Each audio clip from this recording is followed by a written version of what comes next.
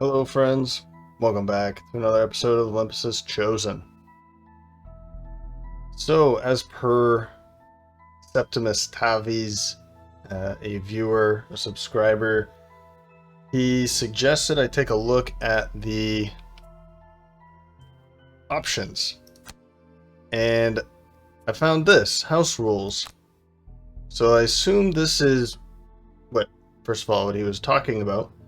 And this came in the new update because I had not seen this before, but I don't spend a lot of time on options anyway, so I don't know when this showed up, but I assume it showed up recently.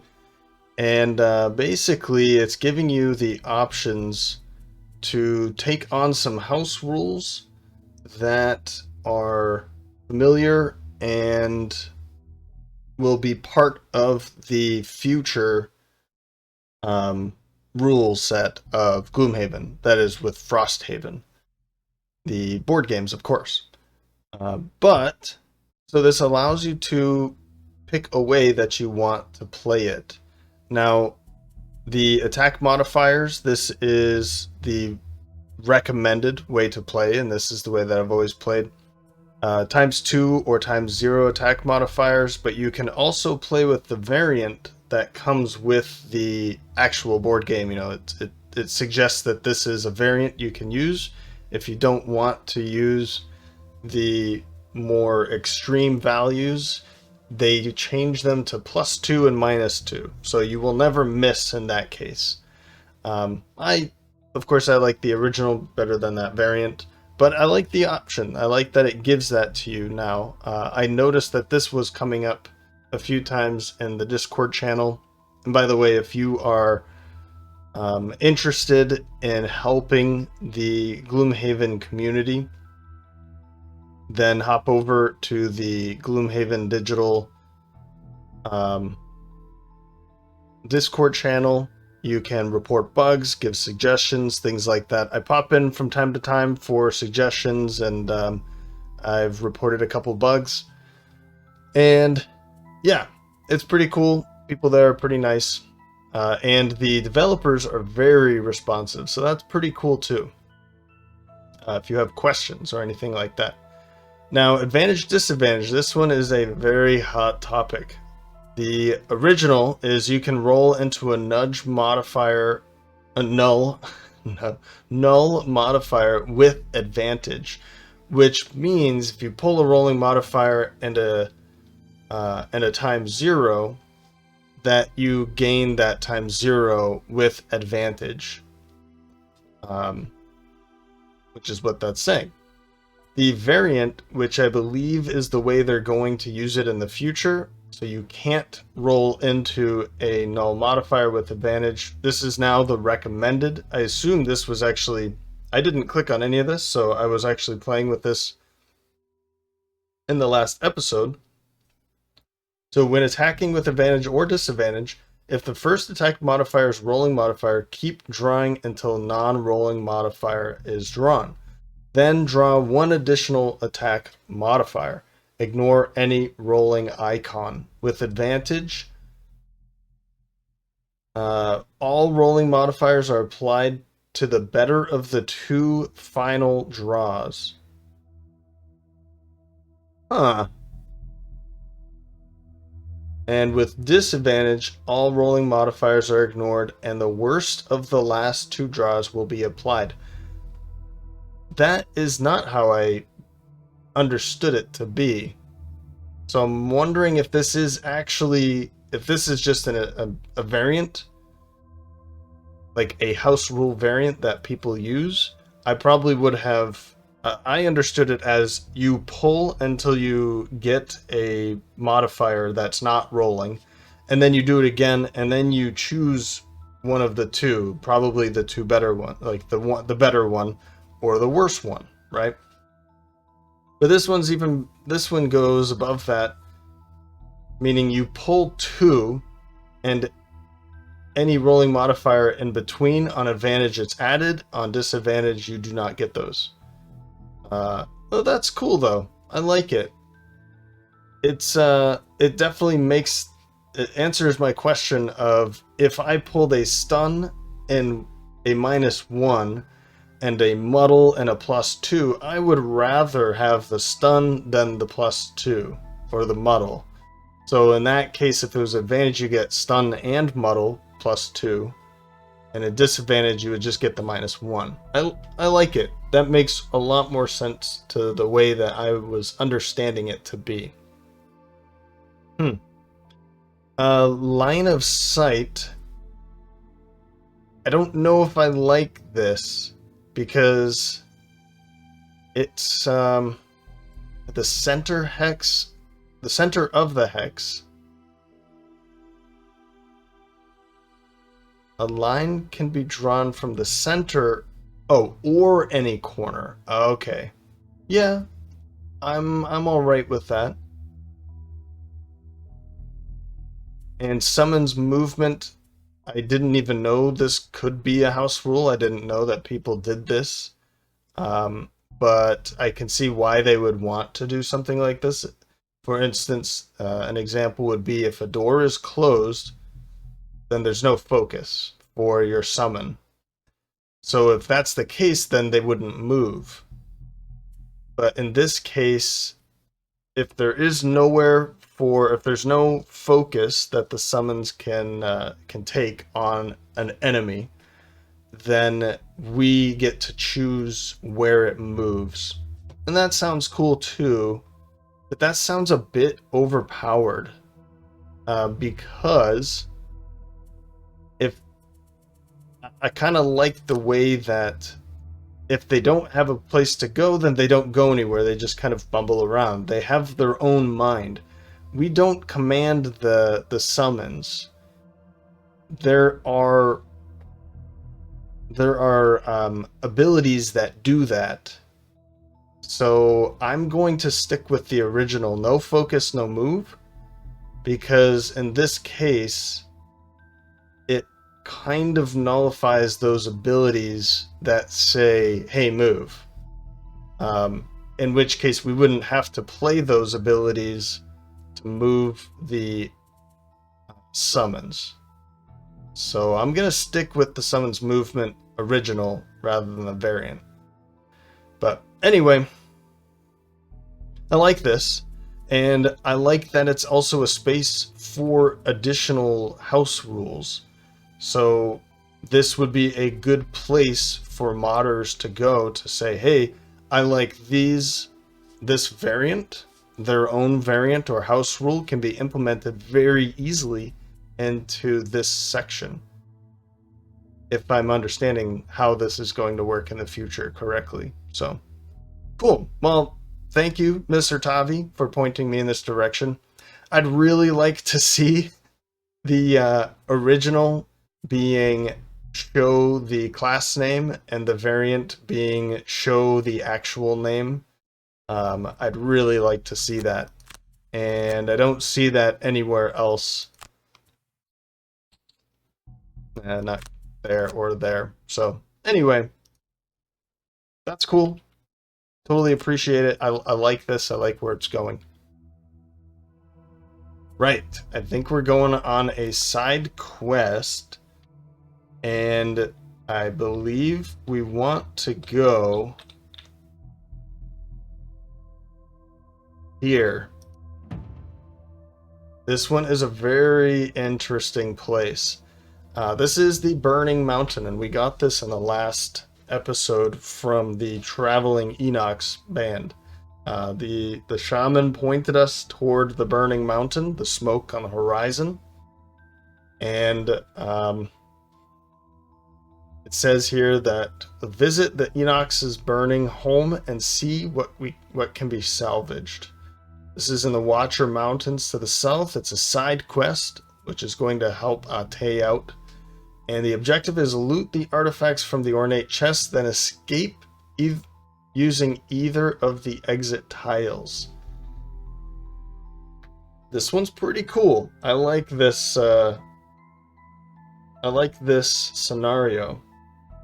I think the first time I played through the whole campaign, this came up as my first road event, and I did it immediately. And so I think it was probably like my third or fourth, or it was within my first four probably scenarios, and it is probably not the best time to do that. I would not recommend doing this one immediately, but it's not as bad when they are at lower levels too. So that is the party level is at 1. These enemies aren't too bad. But anyway, we are going to be seeing some earth demons, flame demons, and stone golems. And I don't know if we've seen the stone golem yet. I don't know. But basically, they come in with high health, low movement, high attack, and they have shield. So it's kind of like the earth demon, but a bit slower, and they have shield. So they're pretty nasty. This is where we're going to go. Let's go to the Burning Mountain. Electrana's going to be leveling up this episode at the end. It looks as if Hephaestus is probably going to level up too. That's nice. And Tay just leveled up before. We've got a reward and 1 treasure chest. A treasure chest other than the artifacts that we have to...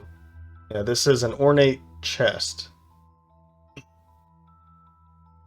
1 ornate chest, loot the artifacts. So there's multiple artifacts in 1 ornate chest, then there's a treasure chest as well. I think that's what that's saying. Okay, let's do this.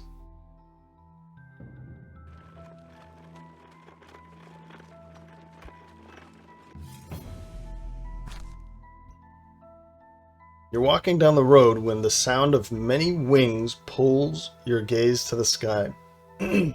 Above you, you see a large flock of red birds flying southward. At that height, you figure a well-aimed arrow could bring one of them down to make a nice meal.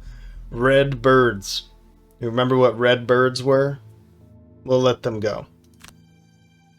The shot would be difficult and you prefer not to waste the arrow. You simply move on toward your destination. I believe the red birds were drakes? Spitting drakes? I think so.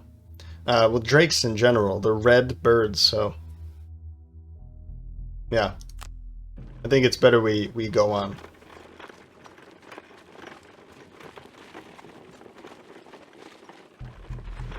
Following the Inox trail, you find the remains of their village, burned and collapsed into a crevasse. A dark cloud hangs over the mountain directly behind it. You follow an old stone road, seemingly untouched, as it winds its way up the scorched terrain and ends at a cliff several hundred meters high. You find a pair of great stone doors, warm to the touch and intricately carved into the side of the mountain. Once inside the doors, you see pools of liquid flame illuminating the room beyond in an eerie red glow. Charred corpses of Savas are scattered everywhere. The earth shakes violently, and a number of demons turn their gaze toward you. Charred Savas corpses? But this was the home of Enox, I thought. Maybe the Savas were here for the same reason. They came to loot the artifacts and failed and created a mess in their wake. Okay, Purist. Use no items? Definitely not. Zealot. Have 3 or fewer cards? Sure. Hephaestus. Be the first to kill a monster, or Die Hard. Never let... Yeah, we'll go for Die Hard. I think that's going to be easy. Well, easy-ish, I guess. Easiest for Hephaestus than Electron or Tay. And mostly He's got the steel ring. And what was the other reason? Well, he's got the steel ring, but he's basically behind them all the time anyway, controlling, so I'm not too worried about him. Executioner, kill an undamaged monster with a single attack action, which is not Visage of the Inevitable. And I've already remembered, I need to bring this in, so... or fast healer at the end of the scenario is equal to the maximum health. You know what? Let's go for Executioner.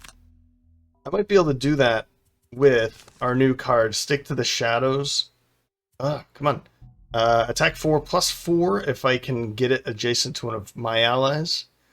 And Smoke Bomb, which would make that an attack of 16. So we might... I think there's a pretty decent chance of being able to do that.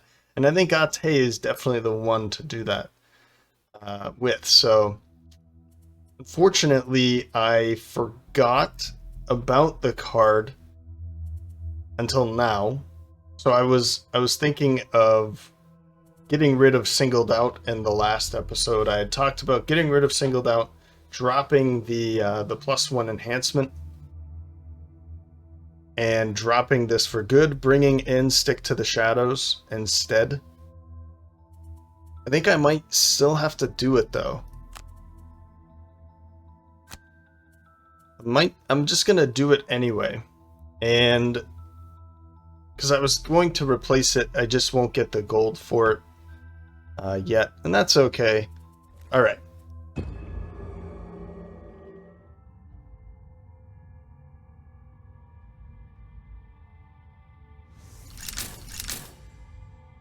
Round 1. And so I was just thinking about what I was saying about the options here, the house rules. Yeah, okay, you can't change it in battle. I was just wondering about that too, but the summons movement, I said it was overpowered. I think what I'm trying to say is that it makes the classes that have the abilities that allow them to move their summons underpowered, is what I'm saying. It makes it more equal for the other ones. They get a bit more overpowered, and then the classes with the abilities that allow them to move their own summons makes them underpowered, because then they don't really care about playing those cards. But it does also make them overpowered in a way too, because then they could be moving, their summons could be moving without any focus, and now they're in the fight more frequently instead of using that as part of the puzzle. So I'm hoping by now the explanation makes sense. If it didn't before, that it does now. So yeah. Anyway, let's get back into this. So we've got a V room to start with. We can start anywhere around here. We have an elite flame demon, an elite earth demon with 20 health, and then their respective normal demons in the middle. Then we have an interesting space here. Wow, okay, you've already said way too much. Okay, so we've got a room here, and then I'm going to say a major room back there. I think these two are connected.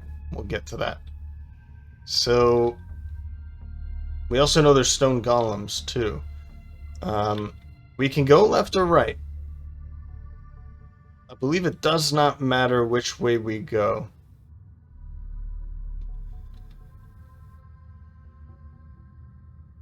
Okay. The two doors out of the starting room, and the 2 doors to the final room are locked. One will be opened automatically whenever an elite monster is killed, beginning with the left door in the starting room, followed by the right door. The 2 doors to the final room will then follow the same pattern. Okay, so it sounds like we want to go left, and we cannot open these doors. Locked door. We cannot open these doors by ourselves. If we kill an elite, then we can charge through here. But my thought actually is if, yeah, let's see here. The first one, beginning with the left. I was going to say, if we could kill this one and then this door unlocks and we go. But we need to go this way first. I think what we want to do is try to kill this very, very quickly so that the door opens, and then maybe kill this guy and run this way while whatever's in this room might chase us for some time. Oof, I don't know. These are just plans. Plans go away pretty quickly. Round 1, let's see what we can do. Okay, I think this is pretty good. Smoke bomb to Visage of the Inevitable for the Earth Demon here. We're going to pull it right back into here, kill it. Or banish it, I guess is the word, a better word for it. Sunkeeper, Righteous Strength for the move and shield, and Cautious Advance for some more shield. I'm just going to get kind of in their face to make them kind of move around a little bit more, split them up. But I'm not sure. We'll see where exactly that's going to be. I'm hoping both of these go early enough that before them, but we know that they go pretty early. Then 26 for Hephaestus. Tinker's Tools and Hook Gun to bring this Earth Demon over here and stun him. Yeah, so they're moving and then making traps. So they are going way too early. Well, we're just gonna have to see what to do, and then they're not going to target 2, but they are going to be dealing some damage. But I'm still hoping I can. Nope.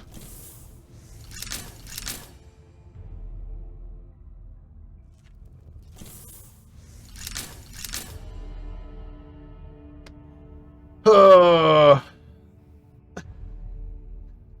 they've moved right in front of me. I was thinking, okay, hey, it moves here and does this, but of course it moves right adjacent. So this I can't use. And this I could still pull it into there to deal some damage. And it would also be cursing, like I'm doing to it. And I'm stuck in this. I guess I can walk this way, but... Alright, that's what I'm going to have to do. I'm going to pull you into here.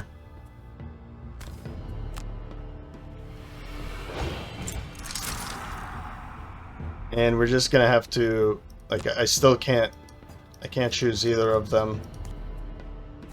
So we'll make this attack here.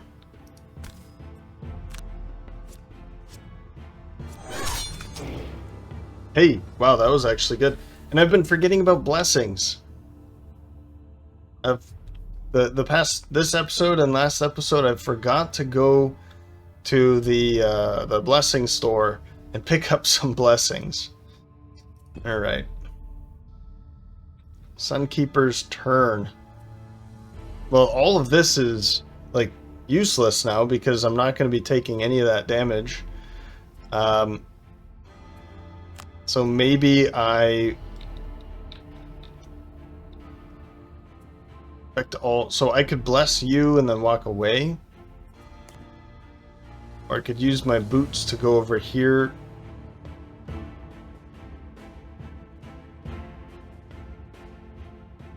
Now let's just do this.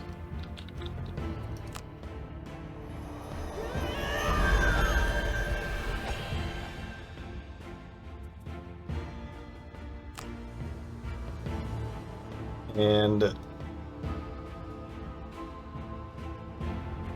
should I go over here or there? It does not matter, does it? We'll go all the way around and just see what happens back there. Tinker's Tools, we can at least still stun you.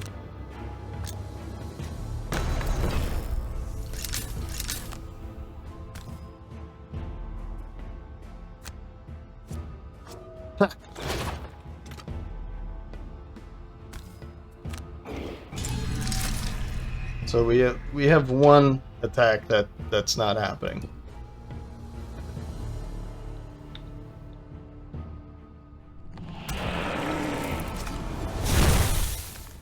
All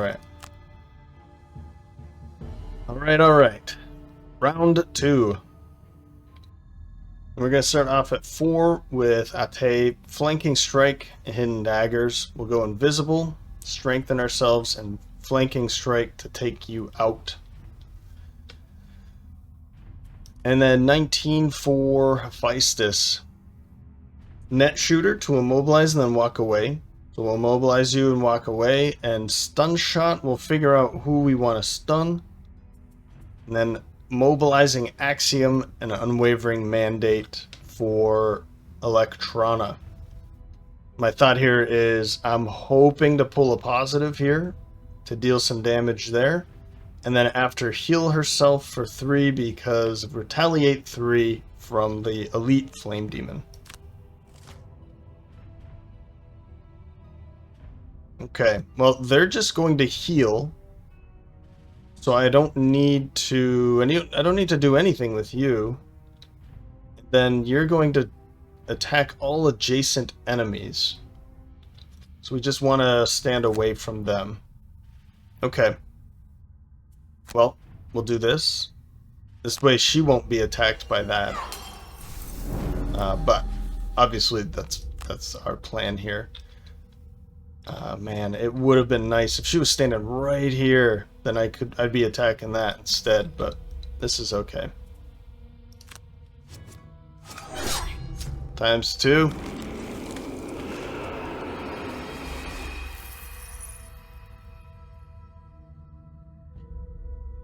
It didn't do it. It gave her 2 things there. Now I'm wondering if it just doesn't show everything. Strengthen applies +2 from flanking strike. The attack 3. Scoundrel draws this and attack modifiers. What else did she draw? Times 2 and this. Scoundrel does 10. 3 + 2 times 2. Because from what I can tell, she didn't draw anything else. She just drew the 2 attack modifiers. One of them being a rolling, go invisible modifier, and then the attack 2. House rules, variant, can't roll into a no modifier with advantage. If the first attack is a rolling modifier, keep drawing until a non is drawn. Then draw 1 additional attack modifier, ignoring the rolling icon. We drew a rolling modifier and a times 2. Then draw 1 additional attack modifier. We didn't. Ignore any rolling icon. Oh, I see. If the first attack modifier is rolling, but it wasn't, it was a times 2 from what I can tell. Keep drawing, so it wasn't, then draw an additional attack modifier, ignoring the rolling icon. With advantage, okay. So maybe it is working as intended, and I'm just never going to understand what this is saying. The problem, I think, is that So she drew a ×2 first. And then this. Maybe this is where it's hidden, is right here, the order of this. We drew a ×2, and then the next one was a rolling modifier. The rolling modifier, like the rolling icon, is ignored, and then we just gained all of this. I'm gonna go with that's how it's working. We're just gonna have to wait to see. We definitely want to... We want to stun you, but the problem with this... What we can do is just walk away with her and just perform the attack somewhere else. Like maybe walk over here and attack that one instead. And maybe I'll just...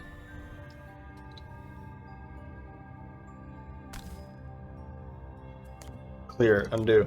Maybe what I'll do is just, I won't worry about these guys at all because they're just going to, they're not going to move. They're just going to stay right where we are, where they are.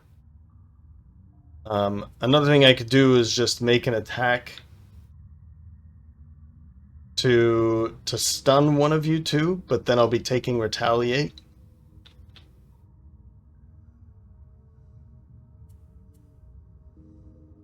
Or I could stun this guy here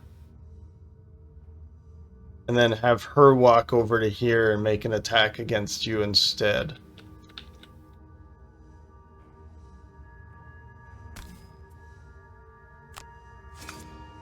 I think I'm going to do it this way. I'm just going to stun you. It's not going to do anything. We're going to skip and skip. Just stay right where we are. And then instead we'll walk over here and we'll make the attack against this guy.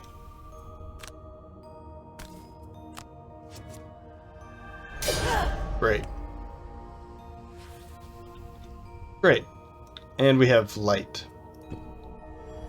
So stunned is not going to heal himself.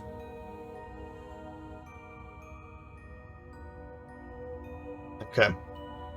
This is the exit tile here. So we have to come back.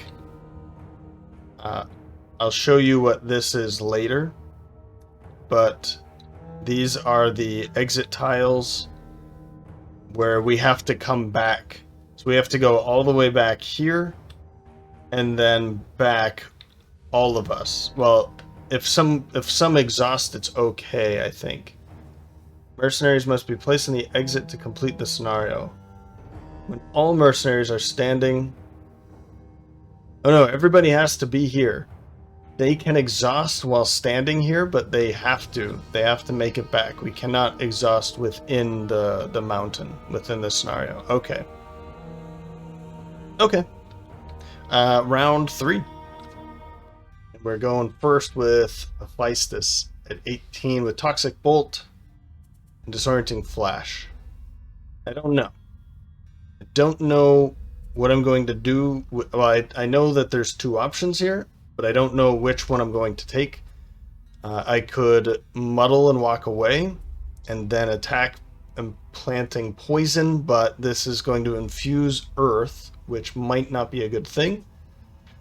Or Toxic Bolt here with its orienting flash to stun, depending on what's going to be happening.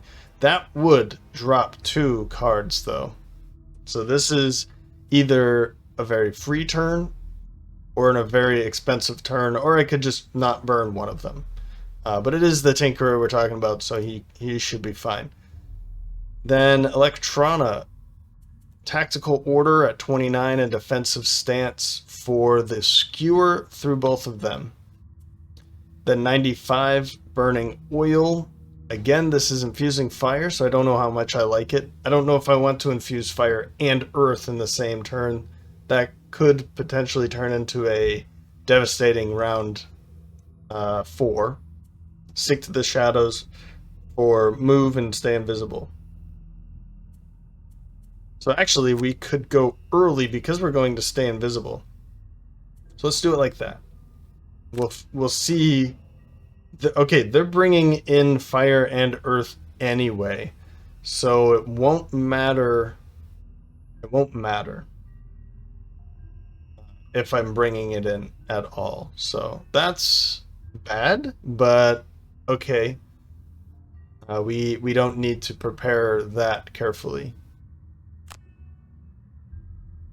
Now both of them are going to be attacking. That's an attack of 3, and that's an attack of 3. Or I could just straight up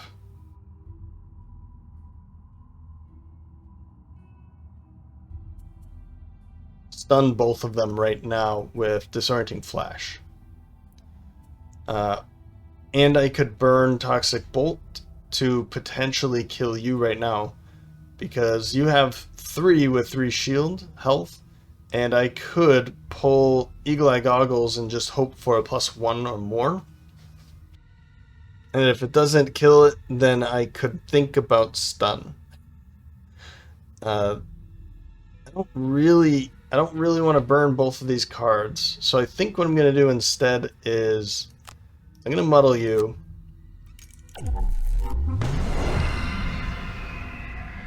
But I don't want to stand next to them, because if I stand here, then they could, like, this one could go there, and this one could go there, and then the skewer option's gone. So I want them to stay where they are.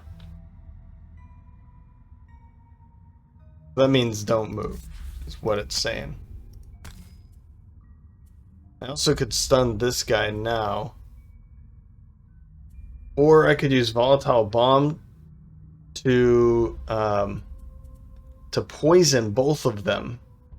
And that sounds like a good idea too, actually, now that I think about it. But this is a Retaliate of 5.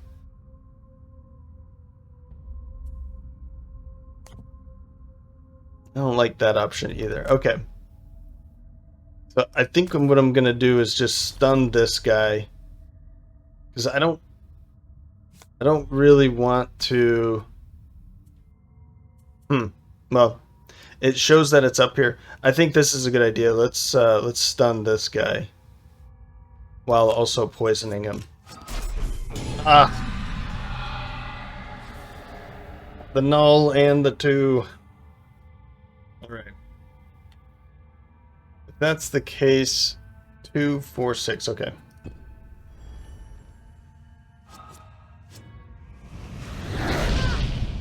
Alright, we'll block that.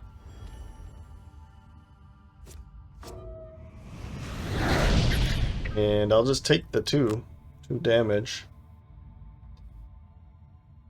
Alright, well, we'll use Burning Oil on the big guy over there. I still have Strengthen.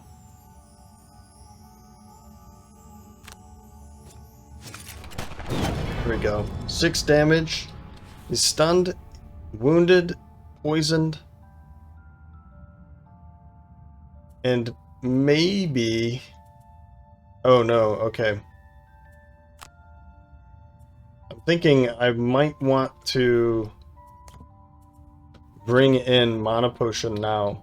The Darkness now with the Mana Potion. But I've just used this, but I could get it right back by using the Stamina Potion. So move. Let's do that. We'll move and stay invisible. I'm just going to go this way.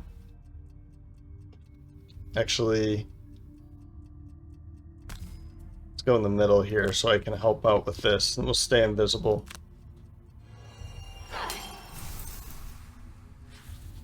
And now I could use it to get it back.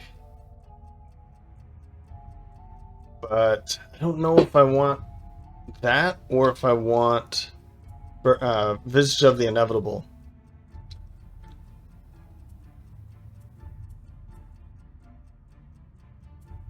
I think I'll wait. I want to see how this goes before, so maybe I should have gone later to see how everything goes, and then I can make that choice. Oh well.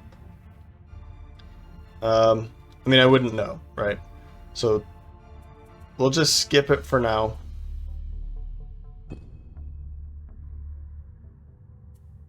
And I'm going to move back here. I could move here, pick up some loot, but move over here. We're going to be taking 5 damage if I do not kill these.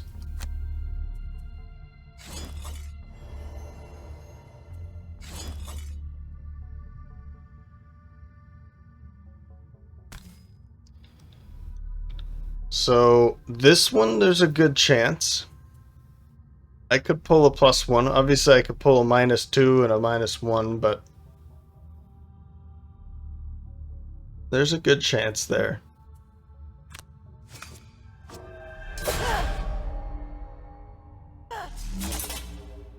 Did it?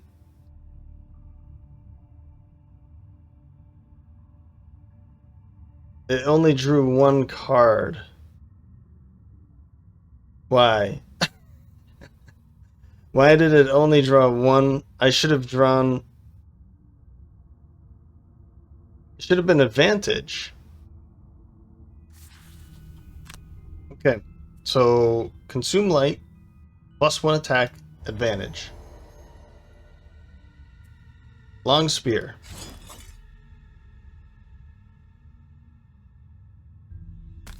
So it's showing that I have advantage.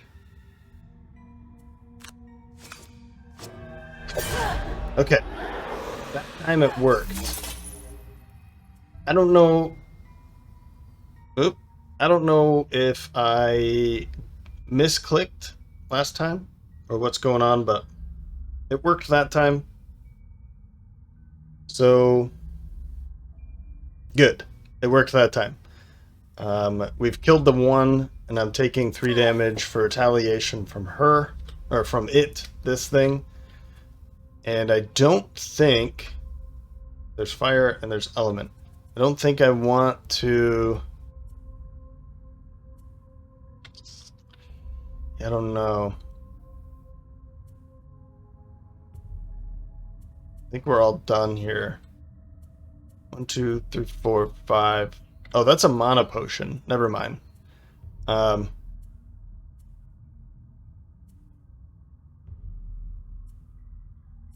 I don't think I want to use the mana potion either. Okay, so end your turn. That's stunned anyway. Round 4. Just went to have dinner. Had to take a little break. But I'm back. We're starting off round 4 with a flurry of blades for the move 4 and gaining advantage for the round. It's going to be key. And Venom Shiv to put some poison on this shielded flame demon elite. This is going to be quite difficult to kill. So essentially, poison removes one of those shields. I've said before many times.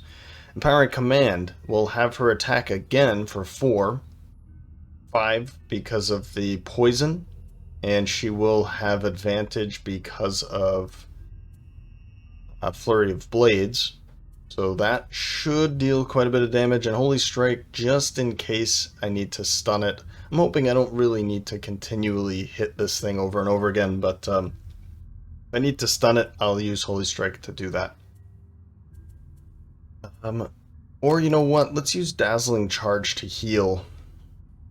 Let's do that. And then 37 of Feistus, Reinvigorating Elixir to heal somebody up for 4 and Dangerous Contraption to get out of there.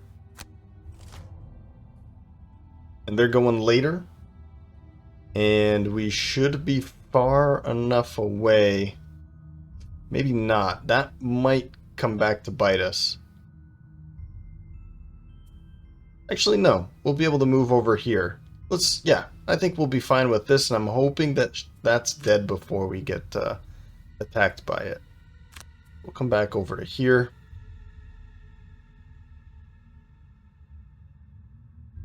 Yep.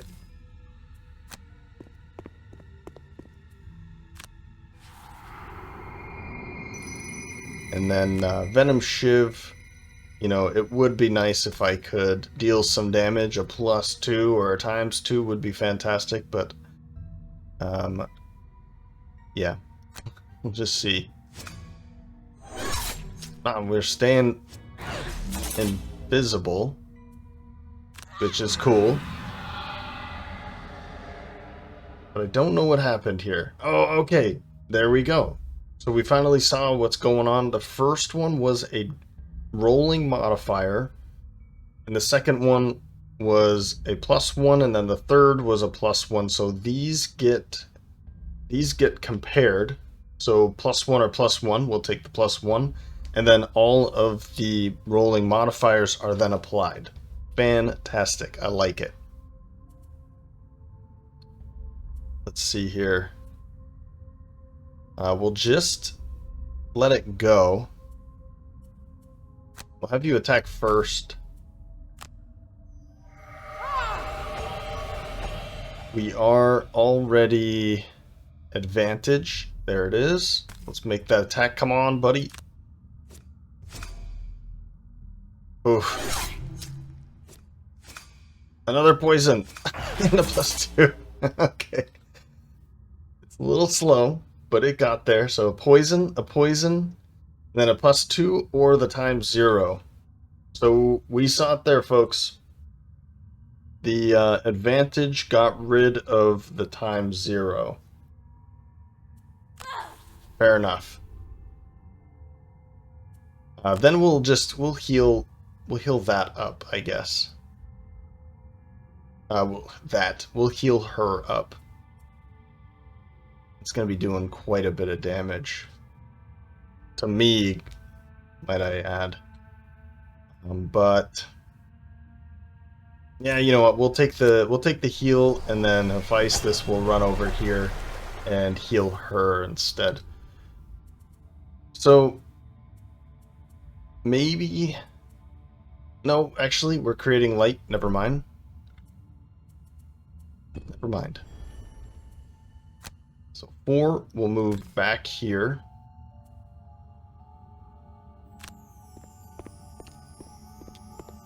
And then we'll heal up Ate a bit.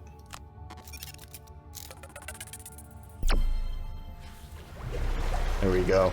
Do we want to get a card? No, we do not. Let's go.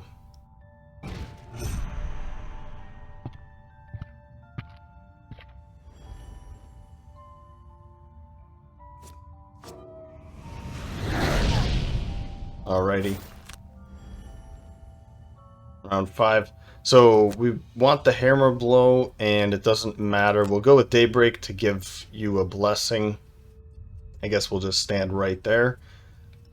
Give you a blessing and hit that. Definitely forgot about the stamina potion. That's alright. We'll take a long rest. We're invisible anyway. And we'll heal by doing that too. Let's see here. I mean, I'd like to use... Flamethrower would have been good to use a while ago on this type of enemy, because it would have been wounded and it won't heal. But let's keep going with the healing. We'll do that for the shield. Going super early. They haven't been using any of the elements that they've infused, which is good.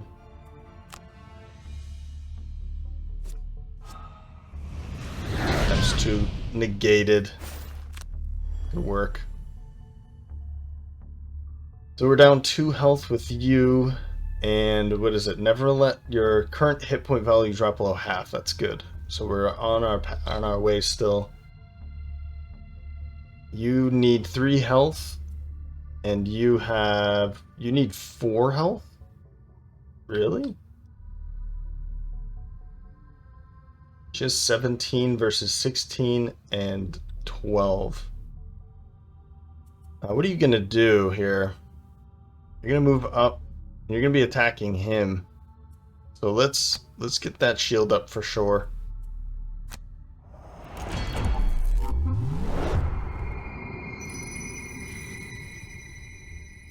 And then we'll heal.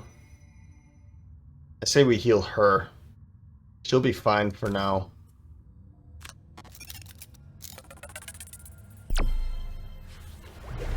There we go. Okay. And your turn.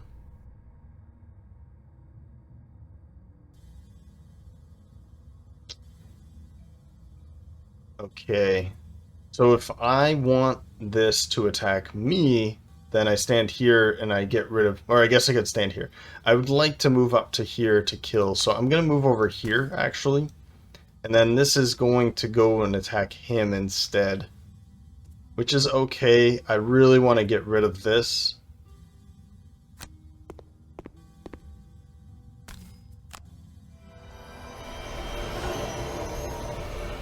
Yeah, bless and bless. Active enhancement is bless. And she already was blessed. She has not pulled that yet. So this is dead. This is good.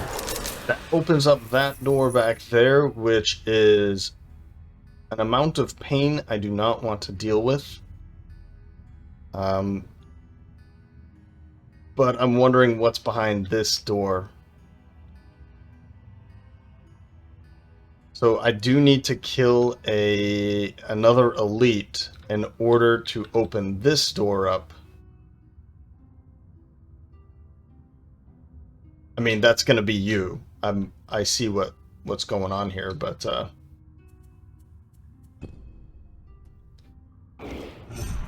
they're going to move 1 and 0, which is good. Oh, I'll take that. That's for sure.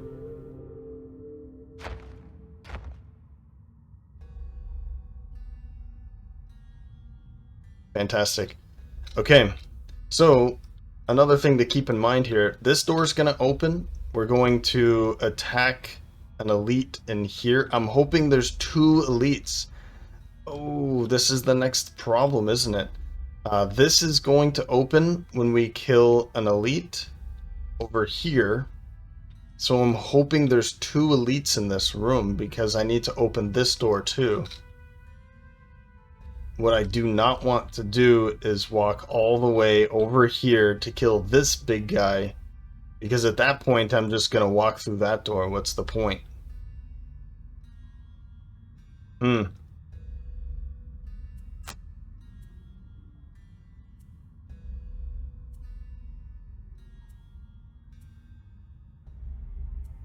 don't want to use the healing potion, the minor stamina potion. The mana potion could be good, but I don't think now is a good time for that. Over here would be good if I was to, let's say, go invisible and then hit that guy when he was next to one of my allies for that attack of 16 would be amazing on this one. But... and then probably have her run back here and just exhaust after something like that. I don't see how we're supposed to come all the way back, because this is not going to be a way through. You can't walk through this. So, perform the long rest. What am I doing here?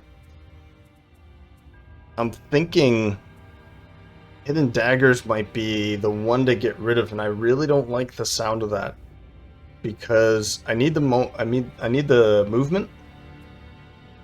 This one would also be another okay one to get rid of, but I also would like to use that. This I would like to keep. Venom Shiv is a move 5. I mean, we do have a move 4 and a move 5 here, so maybe I'm okay with this.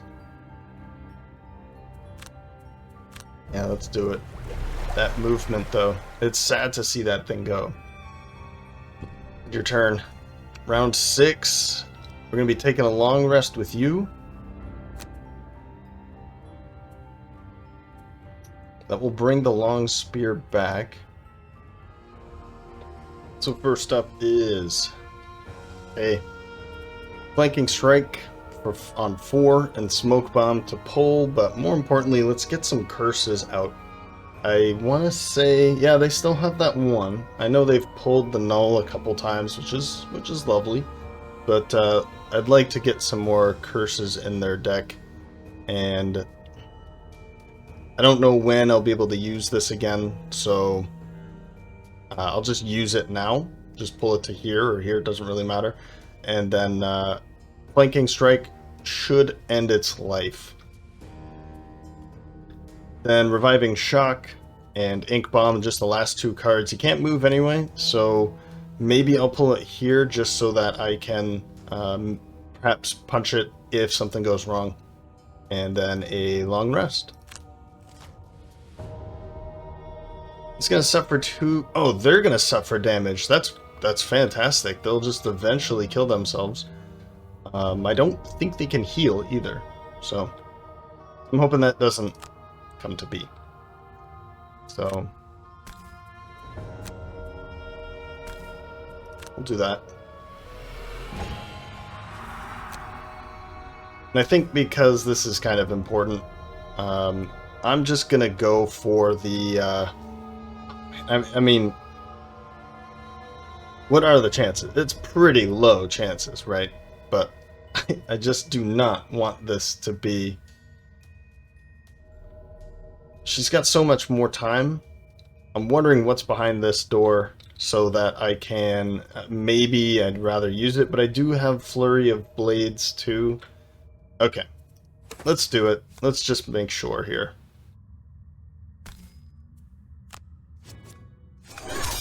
Yeah, okay. So... Oh, okay, well... That's not good. There's a lot of traps, so maybe what I can do is I'll focus on these 2 as these come around, and maybe I'll find a way to pull it into some traps. These do deal 5 damage and wound. All of those? Oh, this is from the, right. Okay. So, yeah. I'll definitely... I'll send the Tinkerer over here and pull it across a trap. It'll be wounded. It's already going to take a couple damage. And then we can just focus on these 2 and the Tinkerer can come and catch up again. And what I'll do is maybe I'll be able to kill Visage of the Inevitable. Yeah. Visage of the Inevitable on this one. And then just yeah, take a long rest now. Trying to finish my thought here.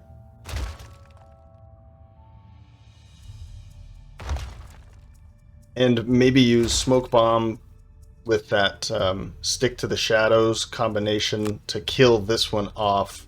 And this one will just eventually die off as we're standing over here collecting loot. I don't know, something like that.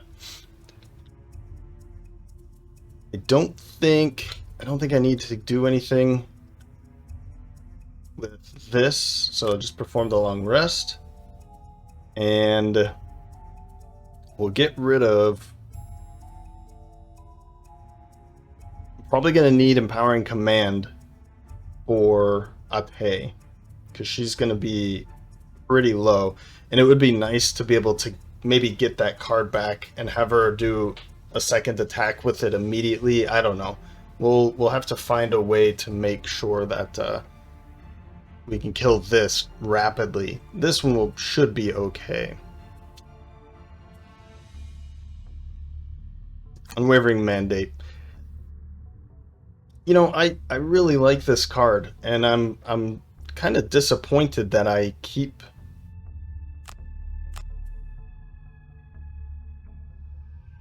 getting rid of it.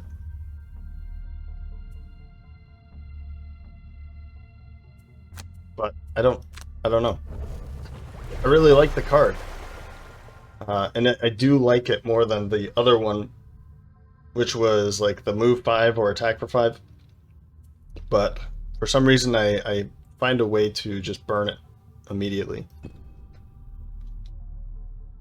Round 7.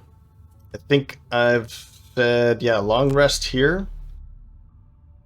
And then he will come around here, and I'm hoping that you 1, 2, 1, 2. Eventually this should move across the trap, and then we will find a way to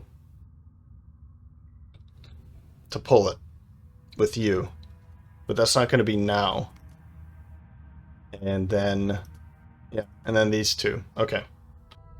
Electrona is going 18. Let's go here. 85. Let's go super late. I want to see what they're doing. And Daybreak to move and bless and pick up some loot. Bless Ate, and then Righteous Strength to bless both of them. Then at 95, Burning Oil for Ate and Flurry of Blades to move up and then make that Burning Oil attack here.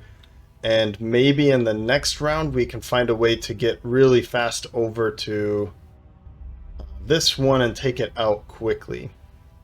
Between the Tinker, 1, 2, 3, 4, maybe. We'll see how that's going to work. And then the Tinker is taking, or Visus is taking a long rest. Yeah, so the elites are moving 1, and then these are moving 0. Oh, that's right. Okay, never mind. We definitely want to move over here. So this is going to go to there. We'll just wait, I guess, around the corner and find the opportune moment to do it. So, yeah, we'll just move over to here. I really wish the Bless was working. But if you remember, we had 2, now we have 3. But here.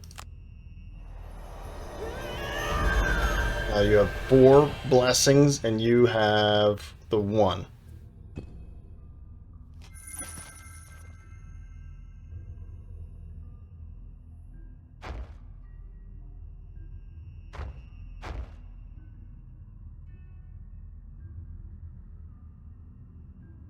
Okay, so we'll move just enough that we can hit.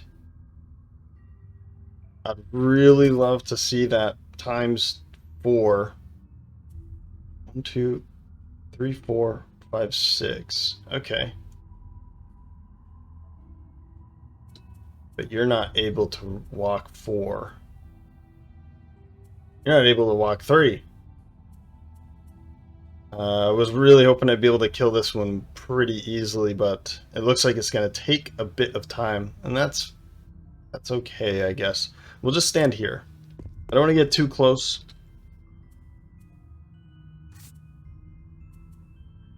Oop, yep, definitely want that. And Burning Oil.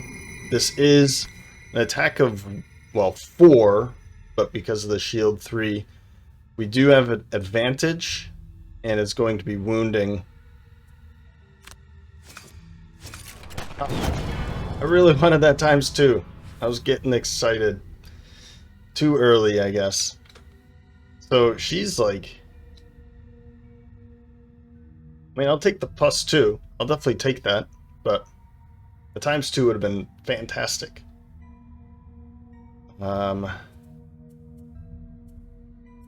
Maybe...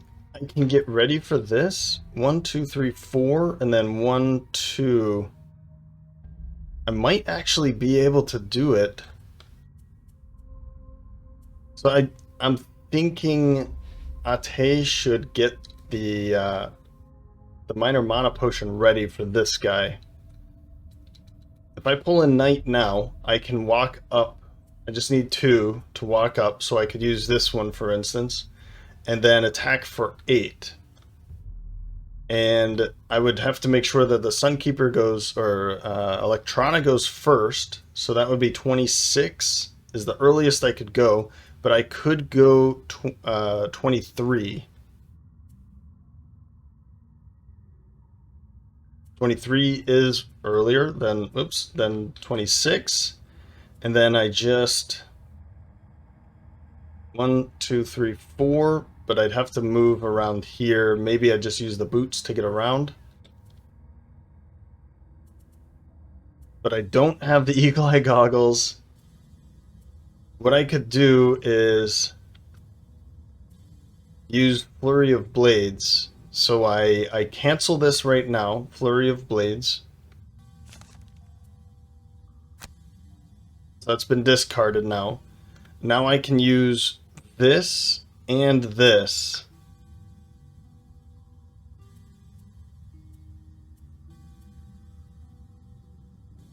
The minor stamina potion and the minor mana potion, and that would get me Flurry of Blades back, and then use this plus Flurry of Blades for a move 4, gain advantage. It's going to be big, and I want to make sure that I can do it. So I'm going to go for it.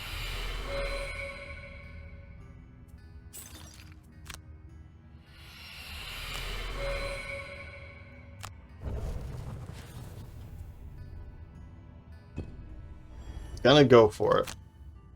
Actually, I think he could even walk up too. So, but now she can walk around it instead of needing to be right here. Perform the long rest. Yep. And I could use something like stun shot to control as well. I think I want to put Tinker's Tools. I want to keep that. Reviving Shock is probably a good one to get rid of, honestly, because the attack 2, targeting 2, there's a lot of shield in this. You know, if we're attacking a lot of enemies, if we have a lot of enemies that don't have shield, then that's a decent one to have. But burning it is not so bad. Okay, round 8. So Flurry of Blades, stick to the shadows, and then Flurry of Blades. Those are my 2 early cards, so that I'm basically screwed if I don't do this correctly. Another thing I could do is Tactical Order to have her move,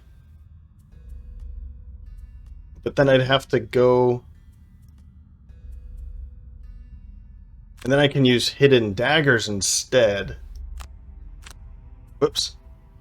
So I can use Hidden Daggers to go invisible, and then this, and I can use Flurry of Blades again later to go early. Now, maybe I didn't need to take it. Tactical Order to move, but then we have to go before that. So maybe I use something like Cautious Advance for the move 3. 1, 2, 3, plus 2 with the boots to walk into the room. So I'll do something like that. Tactical Order to move her back here. And then 1, 2, 3, 4, 5, something like that.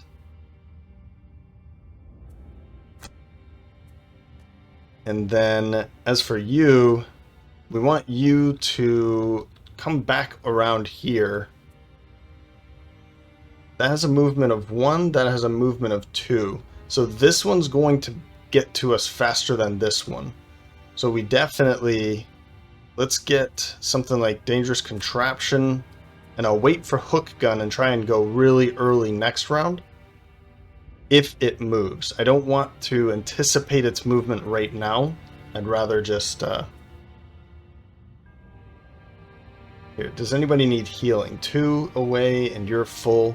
So I'll use Flamethrower. I'll use Flamethrower just for the I'll use Flamethrower for the basically doing nothing. We're just gonna do that. I don't have any other reason to. Yeah, no, there's nothing else really. Yep. Okay. So it's gonna move 2. That's good to know. I'm going to have to go super early next round then. And I'm hoping I can get into a position that might be okay. And then I'll pull it across this and then run away after. Okay. Okay. Okay. Here we go. Yep. Bring you... Drop you in there.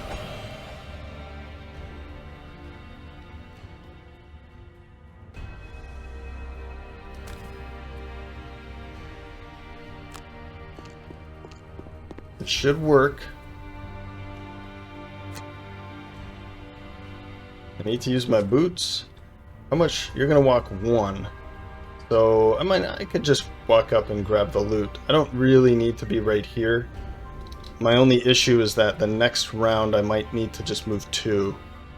Yeah, so we do want to be there so that we can use Visage of the Inevitable against you. 2, yep.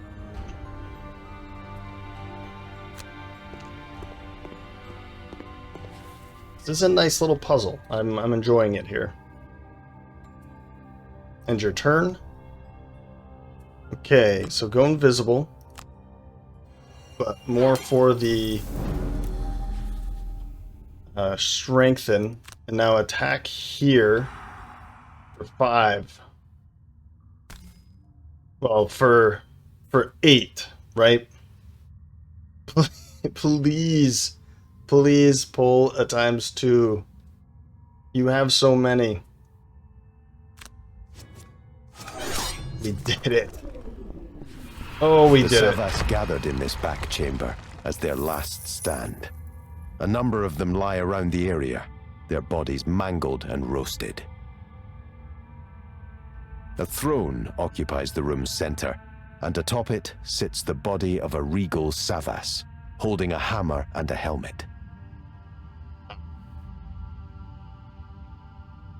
Scorched into the wall behind him are the words, "Folly. The beast awakes. Impossible to control the mountain's power. Return them, and it shall sleep again." There's the key word right there. So, has not... Okay. Loot the artifacts from the ornate chest, then escape using either the exit tiles. So basically what it's suggesting here is... And by the way, we can barely see, but this door is still locked. So all of these enemies are going to walk this way, okay? They're not going to be coming to us this way. Here's the chest that we have to get to. It's the only chest, and that's actually just completely fine. A ton of loot. Okay, so here's the plan. Or here's the part of the puzzle. It's not saying actually enough right now, so I might be speaking too early, but this is an exit tile. Mercenaries that end their turn on this hex can sacrifice a looted artifact to the beast to complete this scenario. Or, so we can do that, and basically the mountain shuts down. Or we run out with the gear that we're stealing. It says loot the artifacts. Let me see if it says anything else. Sacrifice a looted artifact.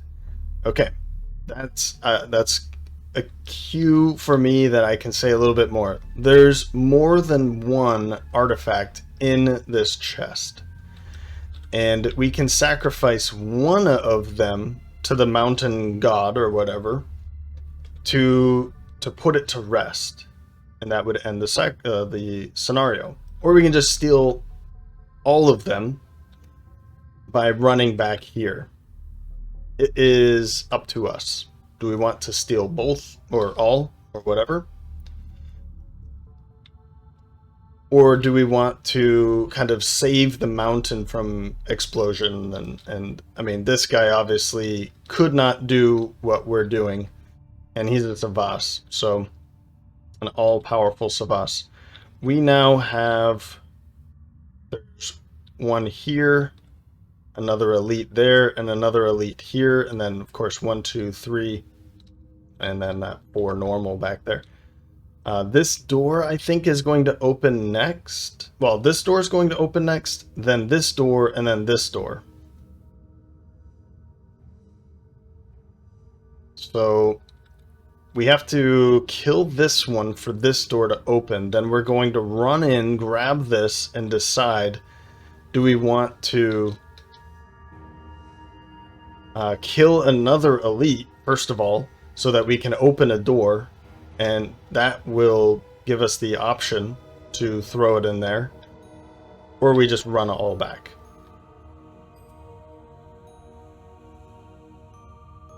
Scoundrel's turn. Okay. Sorry, that was a lot of explanation, but I think it's good to understand what's going on here.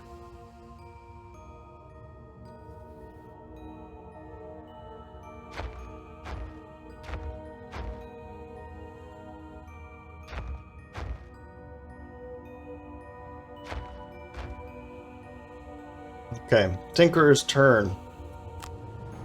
So yeah, let's move all the way back here. In the next round, we need to go early enough to pull it over that. It's going to deal 5 damage, but importantly, it's going to wound it. And then basically wait until it dies? I don't know. Oh no. We could potentially have her run around because she has more mobility. But I think Dazzling Charge for the heal 3, mostly just to get light back in, and mobilizing Axiom, powering command, mobilizing Axiom, whoops, 23, and then we want to go 88 and 90, so that we can walk over to here to kill this. Now we could just leave it. We could just leave it, run around, but I'd rather use this door because she's just standing right next to it. I don't want to walk all the way back here, and then this door is going to open anyway. So we could go later. Actually, you know what? We can walk up with this, stun it, and then it's going to come over. Let's do it that way instead. Yep. So we'll stun it. We don't have to worry about it. I need to go as early as possible with hook gun to pull it across this.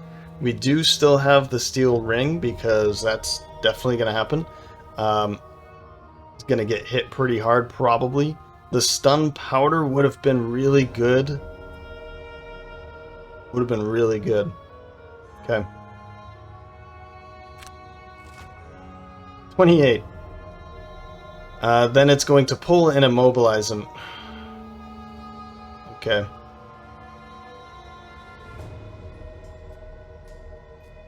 This actually might be a major problem for the Tinkerer because he's going to get pulled probably twice.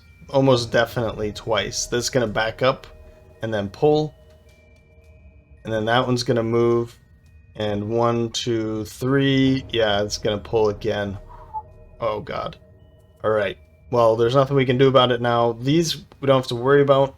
These, they're running away.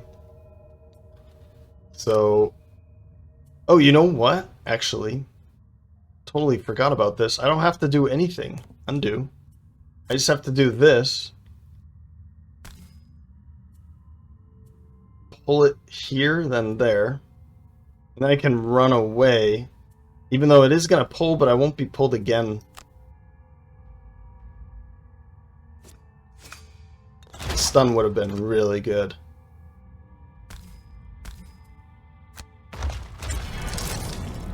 So 5 damage. This means we have to wait 8 rounds.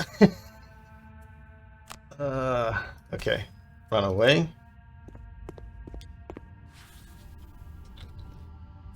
2, 4, 6. Do we want either of these? Another thing we could do, actually, I could just get hook gun back and then try to pull it over that trap too. I think I will, but I'm not going to do it now because it's going to be pulling me, pulling him, and then immobilizing. So I'm gonna have to wait. Gonna have to wait. Okay.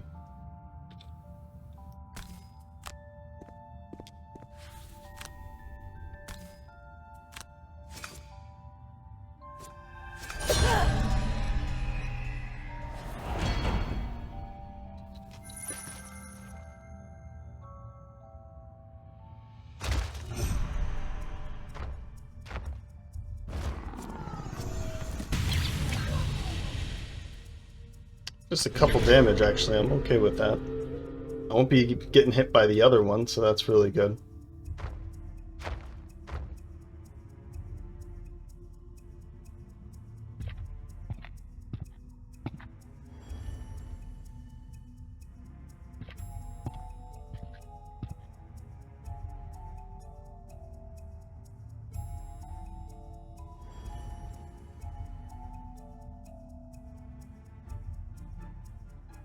Okay. So, yeah, just move over to here.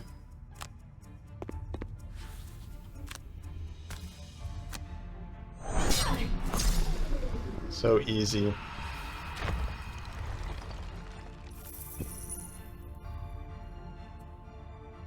I just did it again. I didn't take the... Oh no, I think I used the I did. I used the potion to get this card and then I didn't even use it. Round 10. We're gonna go first with this. He's got stun shot. He's gonna be fine. And then Tinker's Tools, I'm gonna throw a trap down either here or here. And maybe what I can do is pull it through both of them. I don't know if it's gonna work because he can this can move too. So if I was standing back here, let's say, and I put the trap here or here, it would go around it. I guess if I put the trap here and then go back, yeah, this is, I've been staring at this for a long time. If it walked to here, I could do it, meaning it could only move one. But if it moves two, there's no reason, if I was to put the trap here, then it would have to go around. But if I put the trap here, then it could just walk to there, and I don't get to do what I want to do. But let's see. Let's just, maybe it works. So I'll put the trap here, I think. That seems to be the best place for it, and then next round I'll be able to walk away, potentially. It's gonna heal. No. Oh no, okay, never mind. These are going to heal, but that's fine. They're not moving, and then these are just going to move the one, but I don't... Yeah, you're not going to, though.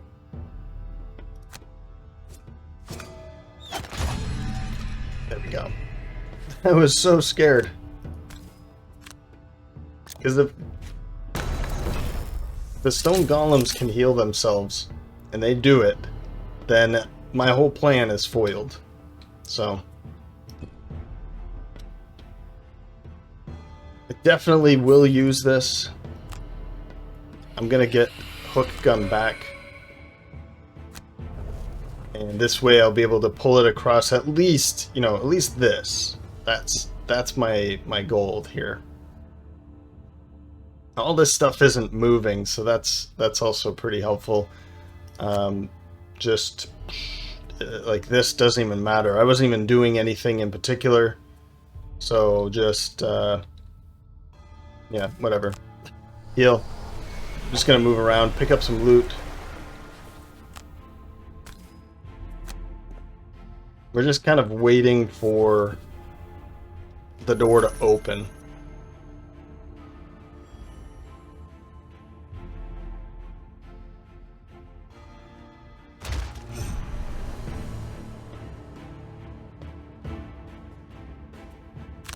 Okay. Long rest. We're gonna need this. This is another key card here because I'm gonna need her to run in, loot this, and then be able to run back away. And I'm probably going to end up doing this. Okay. We've got these two. So somebody is going to walk through that.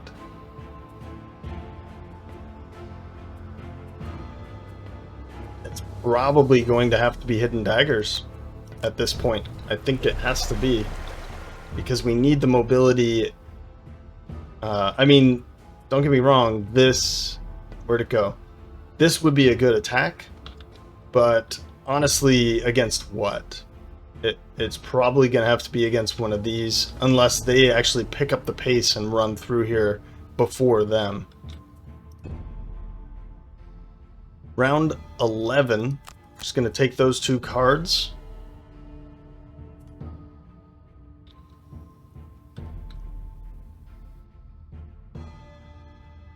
If I have to go early and then back away.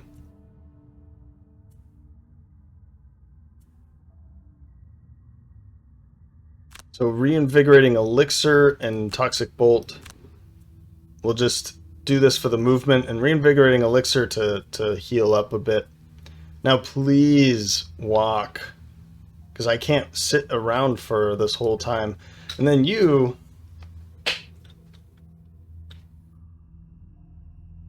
don't know what to do here. Maybe I could have her run around here.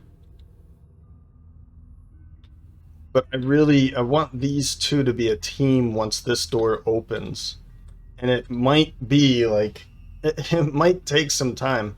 So maybe what I'm gonna do here is flanking strike, and I could have her loot a little bit, but I want these two cards, so maybe not that.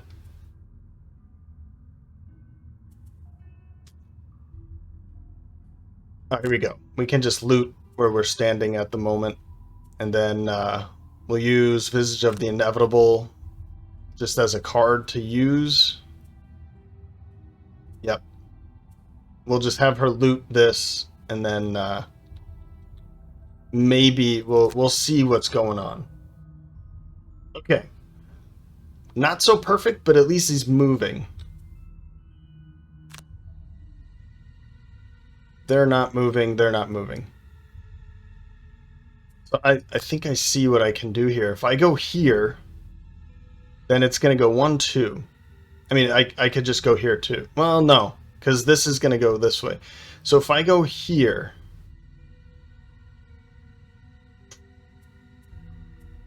it's going to attack for 2. So if I'd have to go here.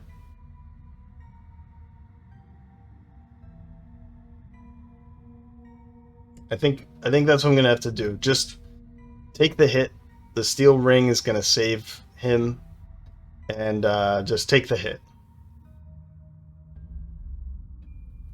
And this way it will move here, and then in the next round I can move away and pull it through both of them, stunning and trap. The trap for 4.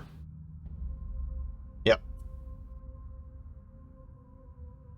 Because if I go here, then it's just going to walk to here, and then I can't pull it through both of them. I'll be able to heal up right now anyway, so... there's no amount of damage that's going to put him below half of his current his maximum hit point, because we can use this, and if it attacks for 4, then, and it's multiplied by 2, we can at least cut it in half. Okay. Tinker all by himself, doing all that work.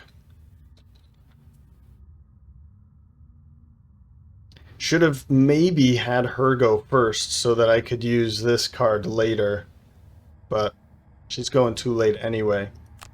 Let's give her... yeah, I'll do this because it gives me the XP.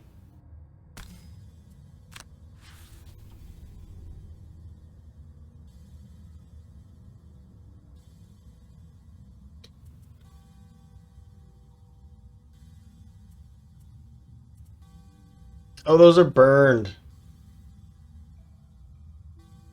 Well, you gained the XP anyway.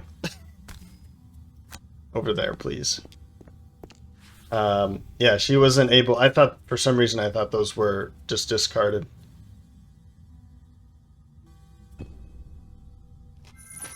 Okay. Unfortunately, they're not moving. None of these are moving, and it's kind of making this worse.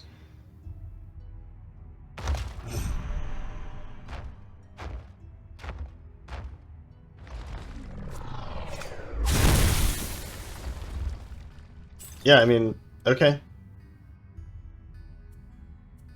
Yeah, I'll take that. Or I'll block it all. Loot. This is free, right? Yeah, it's not gonna burn.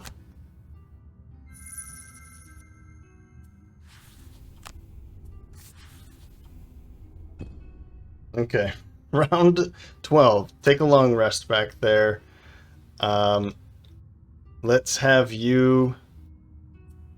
1, 2, 3, 4... Well, we know what we're gonna do here. Net shooter and hook gun. With net shooter, we can even immobilize them, but it doesn't matter. We're gonna back over to here or there, or anywhere, and then pull it across both of these, and then it will be dead. It probably will be dead this round, so maybe this. No, this won't be moving.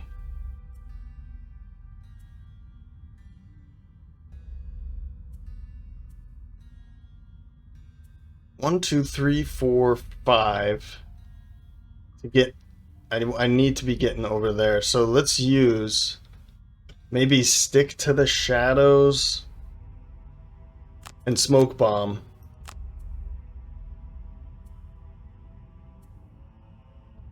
Smoke bomb.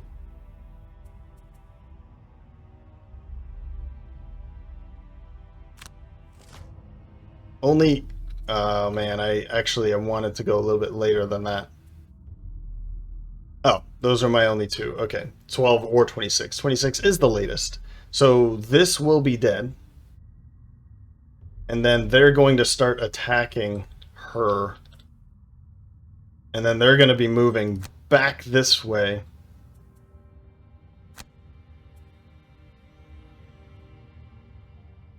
So 1, 2, yeah, I can still pull it across both of them.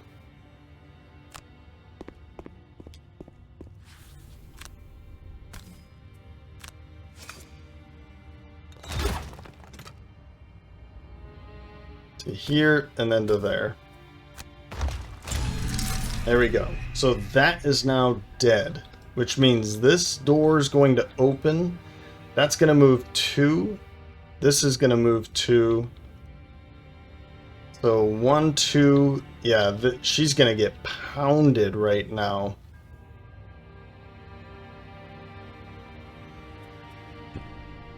Unfortunately, they're going before those too, and those. Now they've all going to turn around and come back this way. Ugh.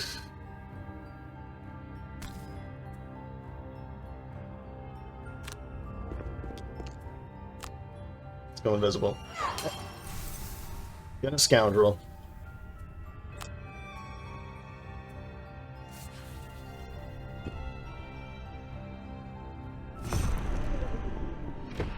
So you can see that opened up right back there.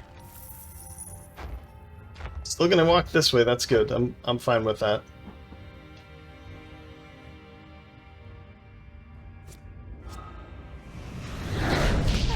Could have been ultra painful.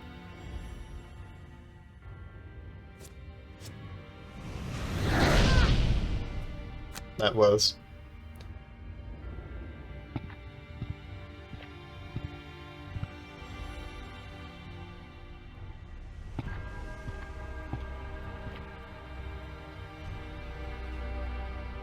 If we can run in here, I was just thinking about this. 1, 2, this is in the way, but I do have my boots. We are healing too. And I'd probably That has... So if I use this now, I might be able to run up and kill this right away. Like run to here, kill that. Would be helpful. Let's do it.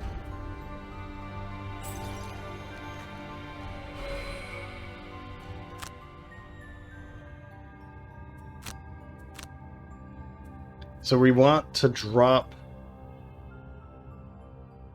We probably don't want to drop this, because this might actually come in handy to move her. And this would come in handy to move her too. Ooh. I'm thinking Daybreak.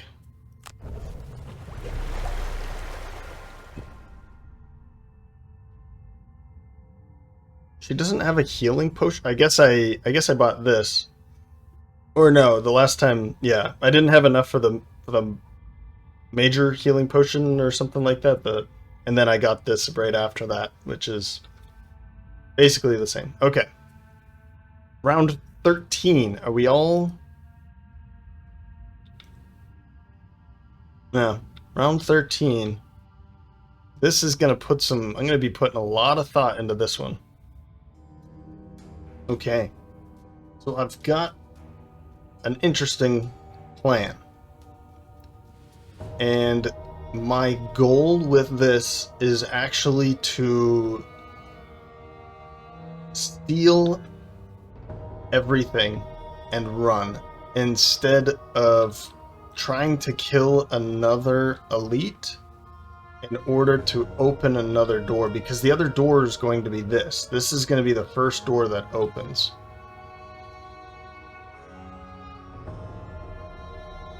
So I would have to kill one and then run to this side.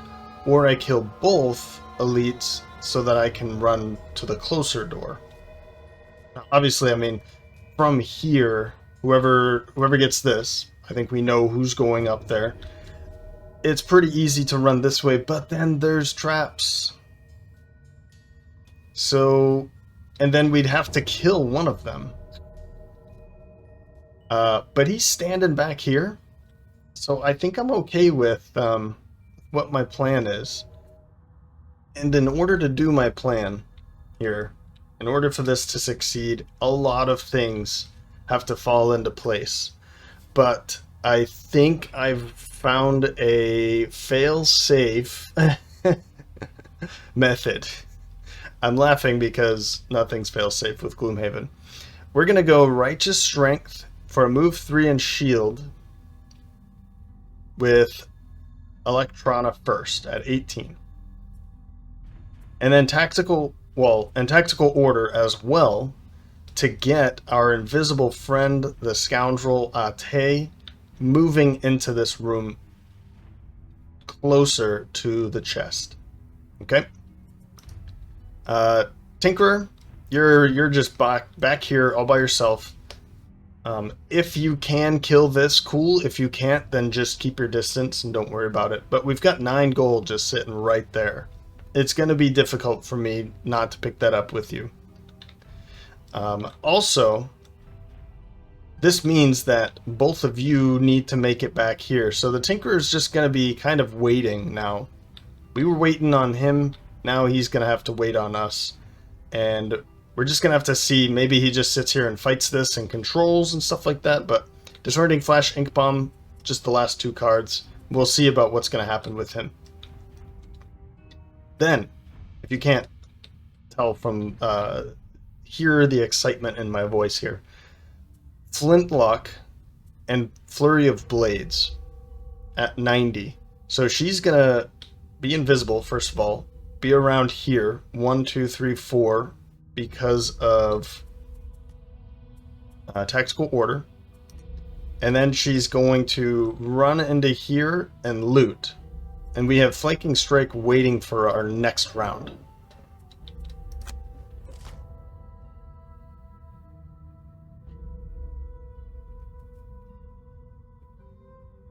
Okay. This isn't too bad. The earth demons are moving. That's not a good thing, but we don't have to even move in, it seems. Not moving, going to take a couple damage, which is good. And then these aren't moving either, and they're only attacking adjacent. So my thought here was move to here, and of course now you've already started to foil my plan. Move here, hope for that this has to move away in order to make an attack, ranged attack, because I want this hex clear. It's just not happening at the moment, I guess. So let's get you moving first. I'm gonna have you move to here. I could use my boots, but 1, 2, 3, 3, 4 is just gonna put her here. It's not that much closer when you have plenty of movement anyway. So we'll just keep the boots for later. It seems that she's probably going to need it next round, and we can't be waiting for. We can't have her standing here with a long rest because she has 0 or 1 card after this. We're gonna have to take a long rest. A short rest. That move 5 is going to be big to get her moving. Okay. So get you moving. You'll stay invisible. This isn't going to be able to target her, so she's fine.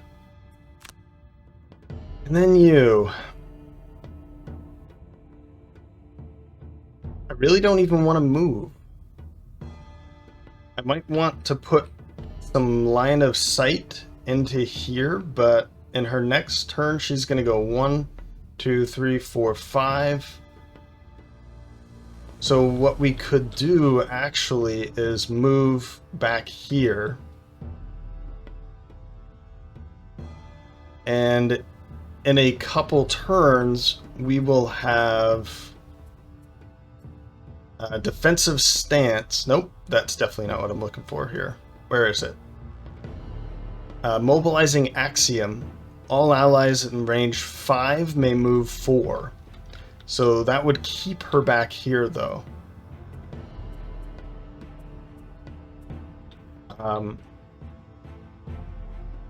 So we want. Let's go through this. She's gonna go here now, and then in the next round, go 5 and do whatever to get back into here. 1, 2, 3, 4, 5.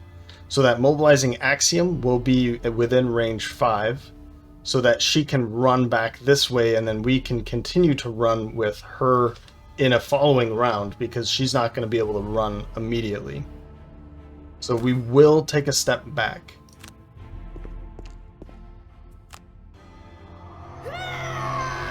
This is working interestingly.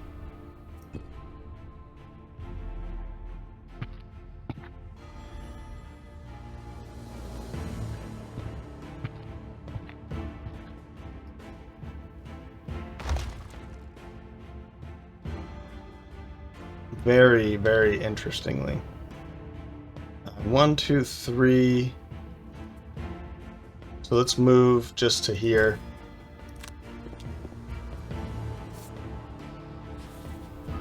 And we'll skip that.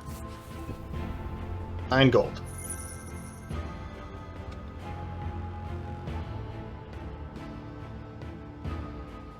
Okay. Right into here. Confirm. Skip. Whatever. And loot.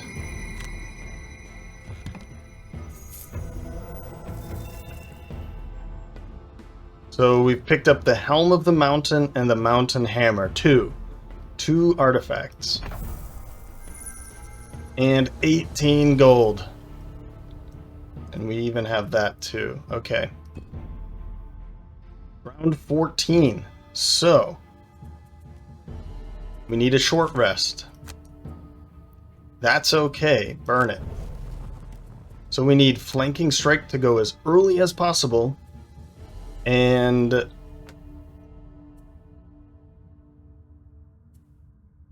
then we can jump with our boots. That's a 1, 2, 3, 4, 5, right? We could We could use burning oil. I want to go invisible. But it's gonna be okay, I guess. Let's see about burning oil. If they want to use fire, then we just won't use it.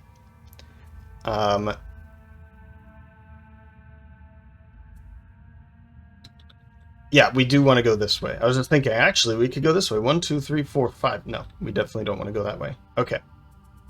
Then, mobilizing axiom for that extra movement. She's going to go 1, 2, 3, 4, 5. And then 1, 2, 3, 4 with mobilizing axiom. And we can use cautious advance maybe for that.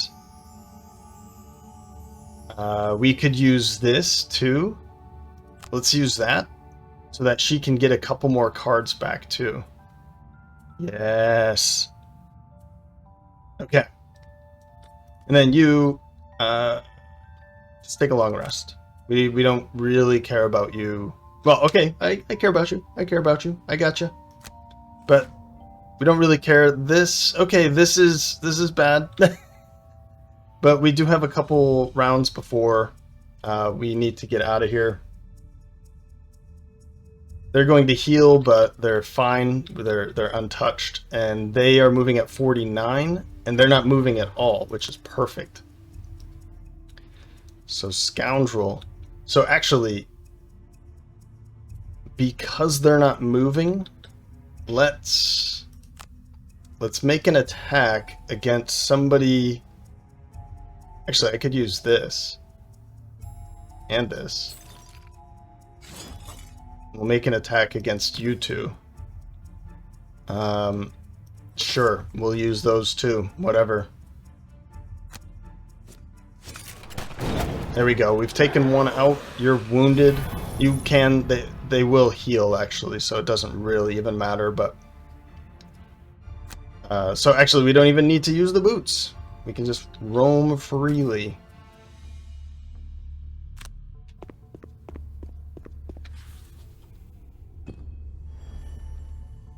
But that's one more enemy that we don't have to worry about, so that's good.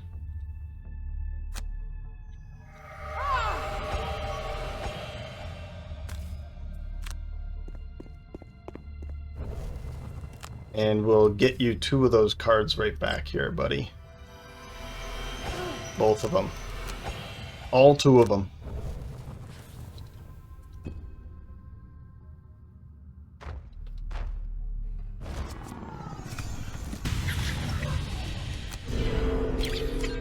Yeah.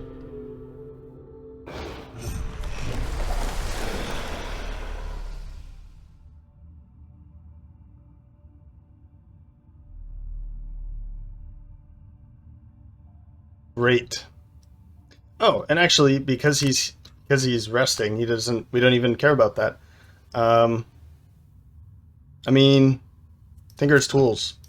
Don't need that anymore. There we go. Round 15. So we definitely want to be moving, right? 1, 2, 3, 4. 1, 2, 3, 4. So let's use hammer blow for the movement. And cautious advance for that shield, why not? That'll allow us to go a little bit earlier too. We're looking for 1, 2, 3, 4, 5, 6, 7. If I could get all the way back to here, we don't have Visage of the Inevitable, but 1, 2, 3, 4, 5, and we can still use Burning Oil against you. So I like that idea. And then Stun Shot, and actually let's use Restorative Mist or Net Shooter to immobilize you. We'll bring in the Dangerous Contraption, something like that.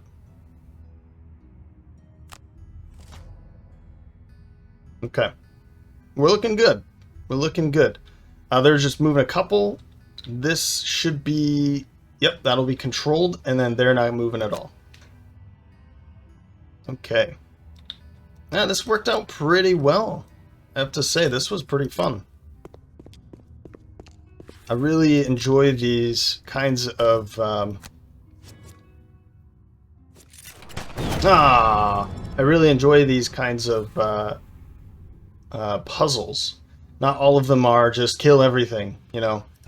Some of them have some pretty crazy puzzles, and some of them are pretty enjoyable too.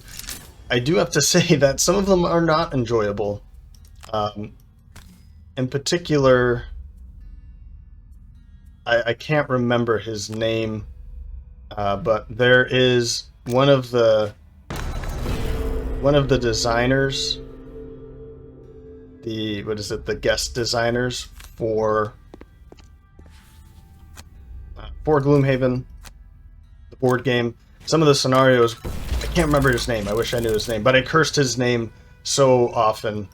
There's a couple that are extremely difficult, and it was just not fun. But I'm not gonna put his name up there. Maybe you know who I'm talking about.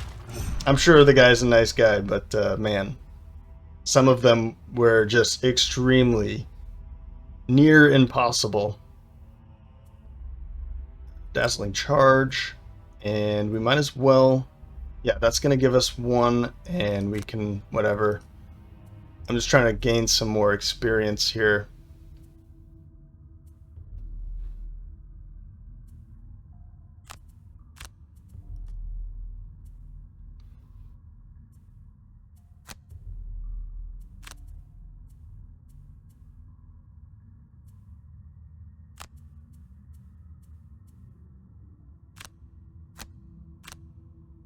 We'll do something like that.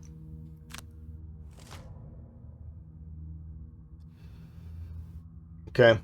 Yeah, we've basically made it here.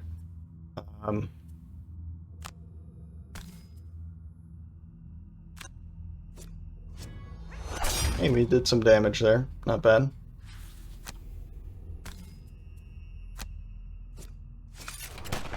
Ooh, and we killed it. That was a bit abrupt. That's okay.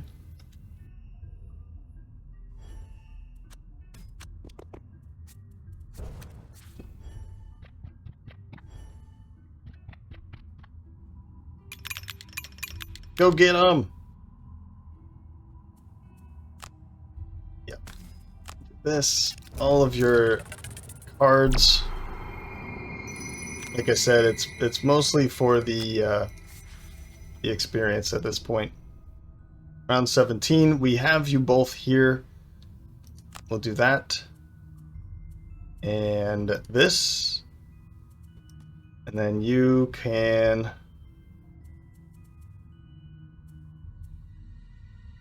Yeah. Nothing you can do.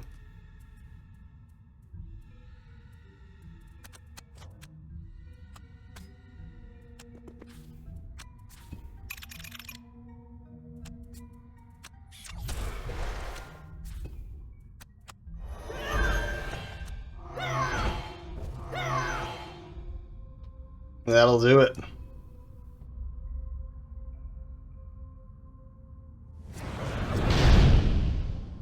Aw, poor guy.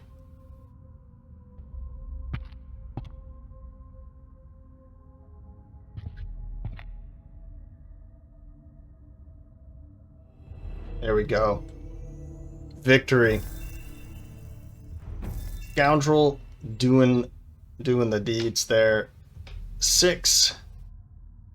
Oh man, 3 or fewer. Huh. I wonder how close I was. But I 1. Okay. 1. So we had probably 1, 2, 3 maybe. So maybe even 4 were burned. 1, 2, 3, 4, 5. Yeah, I don't think she had enough. Wasn't as close as I was hoping for, but the other 2 definitely got them. That's great. Yeah, not too bad. Achievement unlocked overkill. Plus 0 reputation and 10 XP. Plus 0. I wonder, maybe we would have gained reputation if we threw one in. That's another side scenario done. So let's take a look at this here. We've got that, okay, and they're both for her too, obviously. She picked them up, so they're hers. She's not willing to share with anybody. The Helm of the Mountain, when attacked, if Earth is strong, immobilize the attacker. Now, this is great for times when Earth is strong. So the Cragheart class is perfect for this, the helmet. So otherwise, I mean, sure, when we're fighting Earth demons, then immobilize the attacker, but she is not the kind of person that I want to be attacked anyway. So I'm probably just going to be selling that off. The other thing is the Mountain Hammer, which takes up both hands, which is extremely unfortunate, and you can't even use it to fight. Why would anybody want to fight with that, I guess? I mean, it's a huge hammer, but what it does is allows you to, once per scenario, summon a warrior spirit, which comes with 4 health, a movement of 1, and an attack of 3. So it's kind of nice throwing it into the like if you're already summoning quite a bit, or maybe you, I mean, for Ate, it could be cool because she could throw the or summon the warrior spirit down, and now the enemy is next to an ally.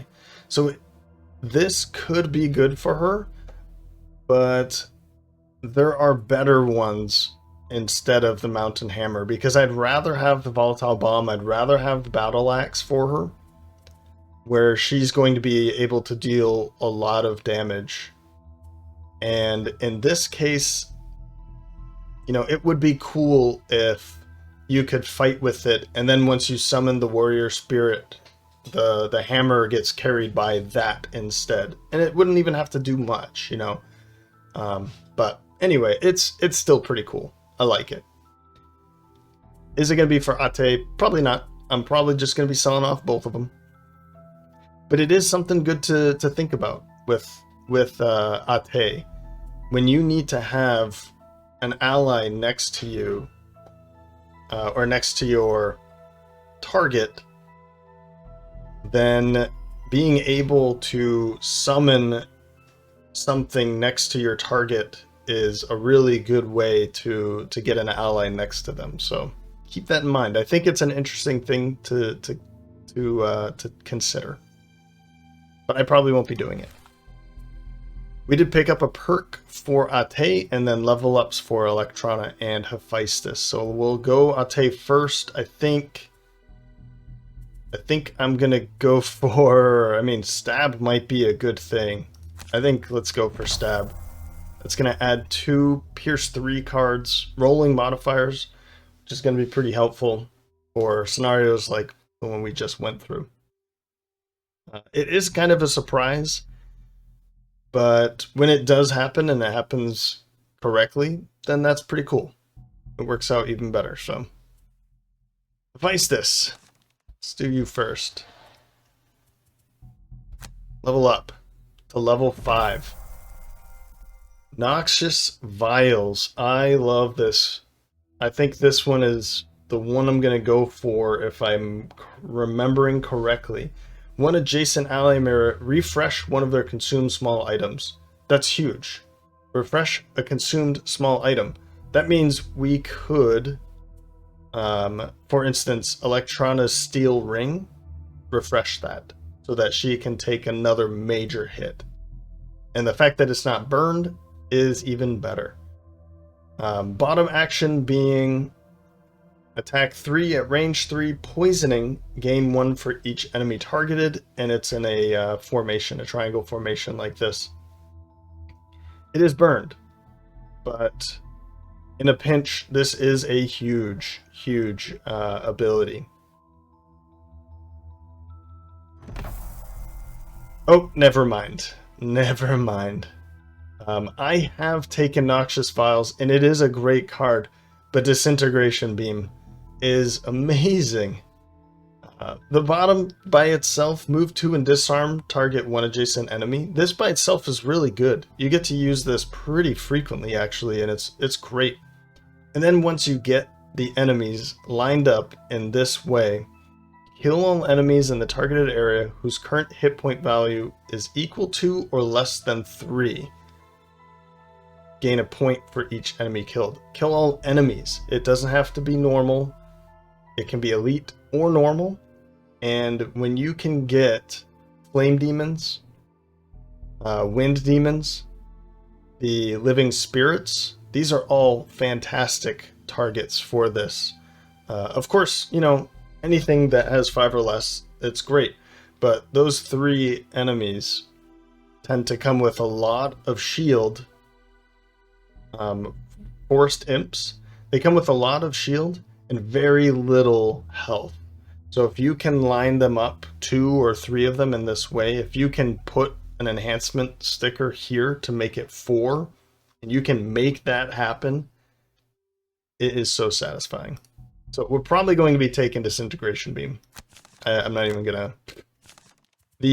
As I said, the move 2 and disarm, target 1 adjacent enemy. This by itself is just so good. That means you get to move 2, disarm, stun somebody else. Now you have 2 enemies completely controlled. And then late in the scenario, or when you get this formation, even if it's just 2, it's completely worth burning it. Potentially, you know, when there's flame demons involved, get rid of that.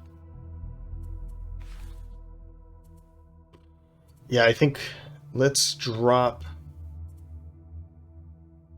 Wound might actually be. Let's go for the wound. Lacerate. Add a +1 wound card. It's not a rolling modifier, but it is a +1 wound. So that's going to come in handy whenever we pull that. Electrona. Reaching level 5. Path of Glory. Good board game, right? Attack 5 +1 attack with advantage. The normal, you know. Or move 5, bless, affect all allies moved through. So this is a really great ability when you have 3 allies.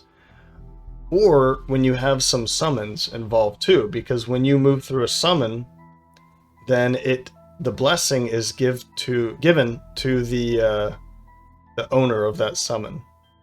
So this is an amazing ability with summons, or with more. I mean, with 2, it's okay, but I wouldn't burn this too early. You know, I definitely would not burn this. Using it for the top action over and over again, and then using this towards the end to maybe give Ate an extra bless at near the end of the scenario. This is good. But I would probably take it for the top ability and then have an extra move 5 for later. And actually,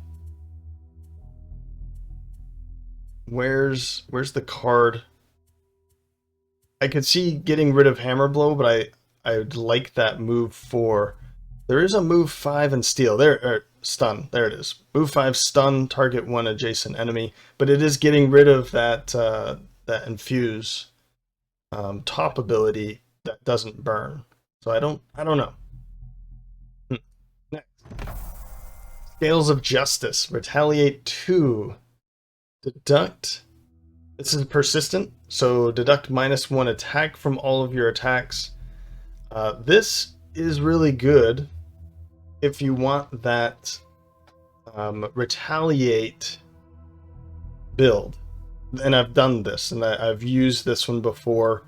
Actually, the first time I had her reach level 5, I used Scales of Justice, and I made Electrona a retaliation a retaliator, I guess. Where? There it is. So Purifying Aura. On the next 5 melee attacks targeting you, gain Retaliate 2. You already have Retaliate 2, so now you are Retaliate 4. Of course, if you have that Retaliating Armor, Retaliate 5. The amount of times I've taken out enemies without even touching them. All I had to do is just heal myself over and over again, and they would just disintegrate around me. It is a great combination. I think, though...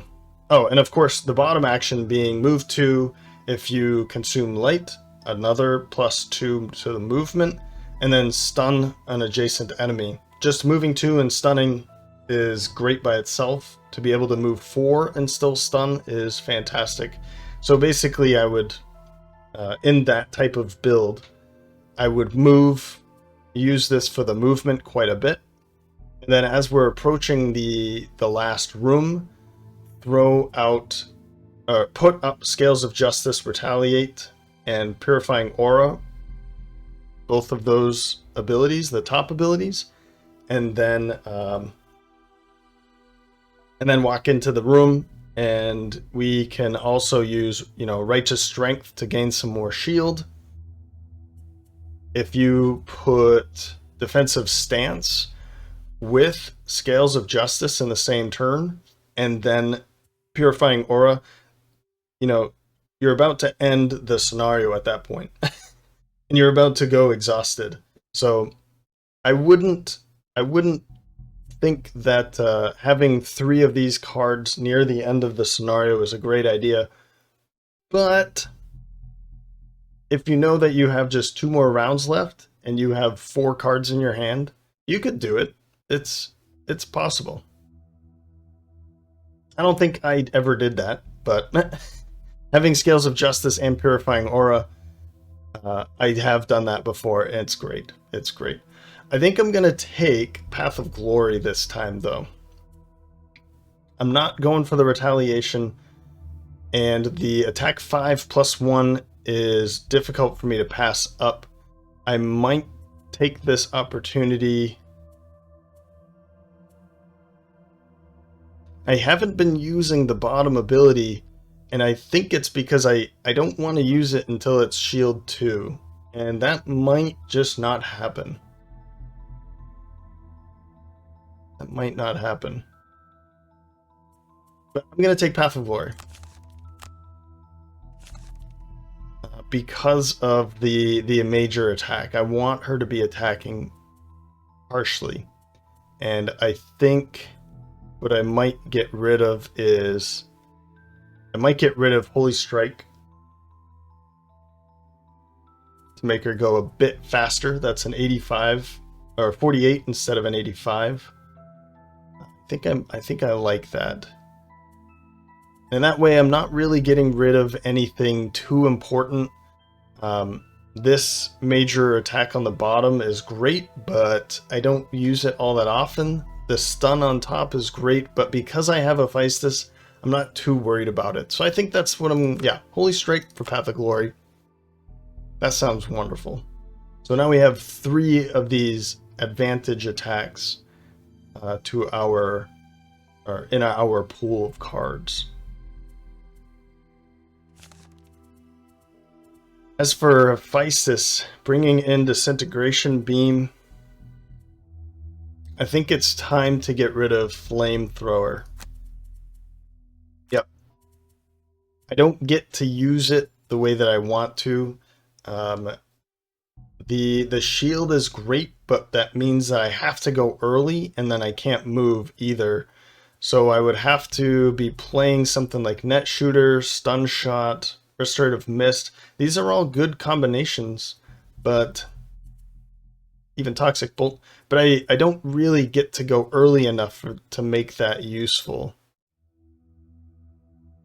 And then the top ability of wounding. I mean, we could bring this in if I feel the need for a wound. We could just bring this in later, and we can drop something else. So, but in this way, you know, I'm dropping a card with a top ability that burns or a card with a top ability that burns.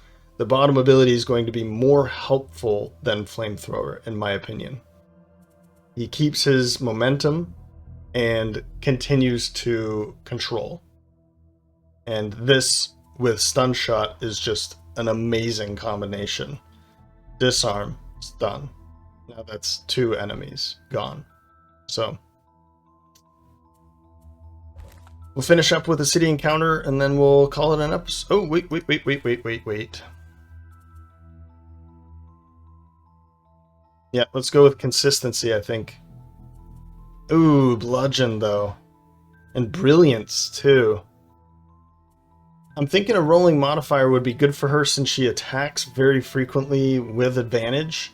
And we're using that recommended house rule instead of the original house, the original rule set.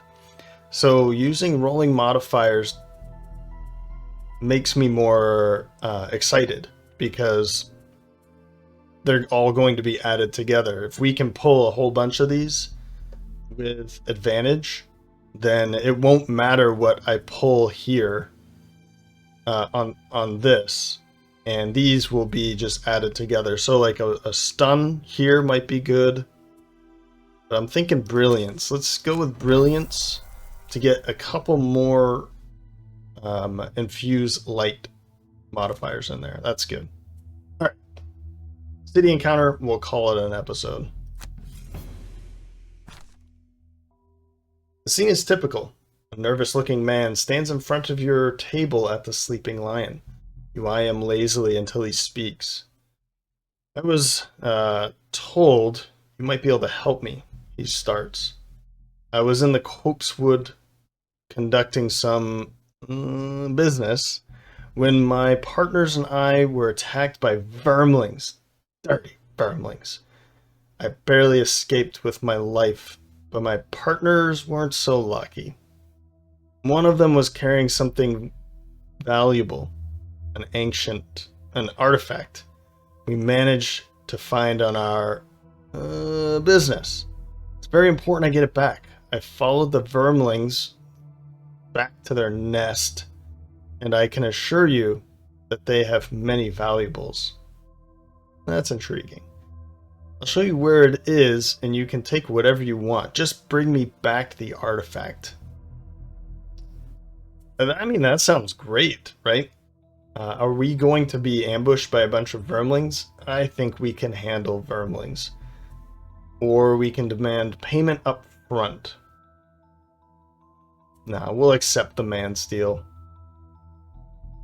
We can already see Ate's eyes twinkling to the sound of valuables. The sweaty man is all too eager to give you the details of where to find this nest. Once you clear the dirty vermlings, you find the artifact, you should be able to locate a large stash of valuables in a pit back behind the main camp. Take whatever you want, just return the artifact to me.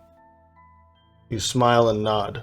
After taking the valuables, you should be able to squeeze quite a bit extra out of this fellow as well when you return. I like the sound of that, says Ate. The vermling nest. I think that's exactly what we're going to do in the next episode. So, give you a quick peek here. We're looking at another side quest. Great for Ate. Plunder the vermling's nest collection of treasure. It's in the Corpsewood. A side quest. Objective 1. Loot the ornate chest to win and kill all enemies in all rooms. We're looking at cave bears, hounds, vermling scouts, and vermling shamans. Again, take a look there. Shield 3, but health 3. Normally, there's not a whole bunch. You're not going to find 3 Vermling Shaman standing next to each other in many scenarios. But we will be able to find some Vermling Scouts potentially next to some Vermling Shamans. And this card just needs them to have 5 or less. And they start off with 5, and they start off with 3. So if we can just get a few of them next to each other, bam, disintegration beam. That'll do it, folks. Hope you enjoyed this episode. If you did, please let me know by leaving a like or a comment. And as always, thanks for stopping by, and I hope to see you next time.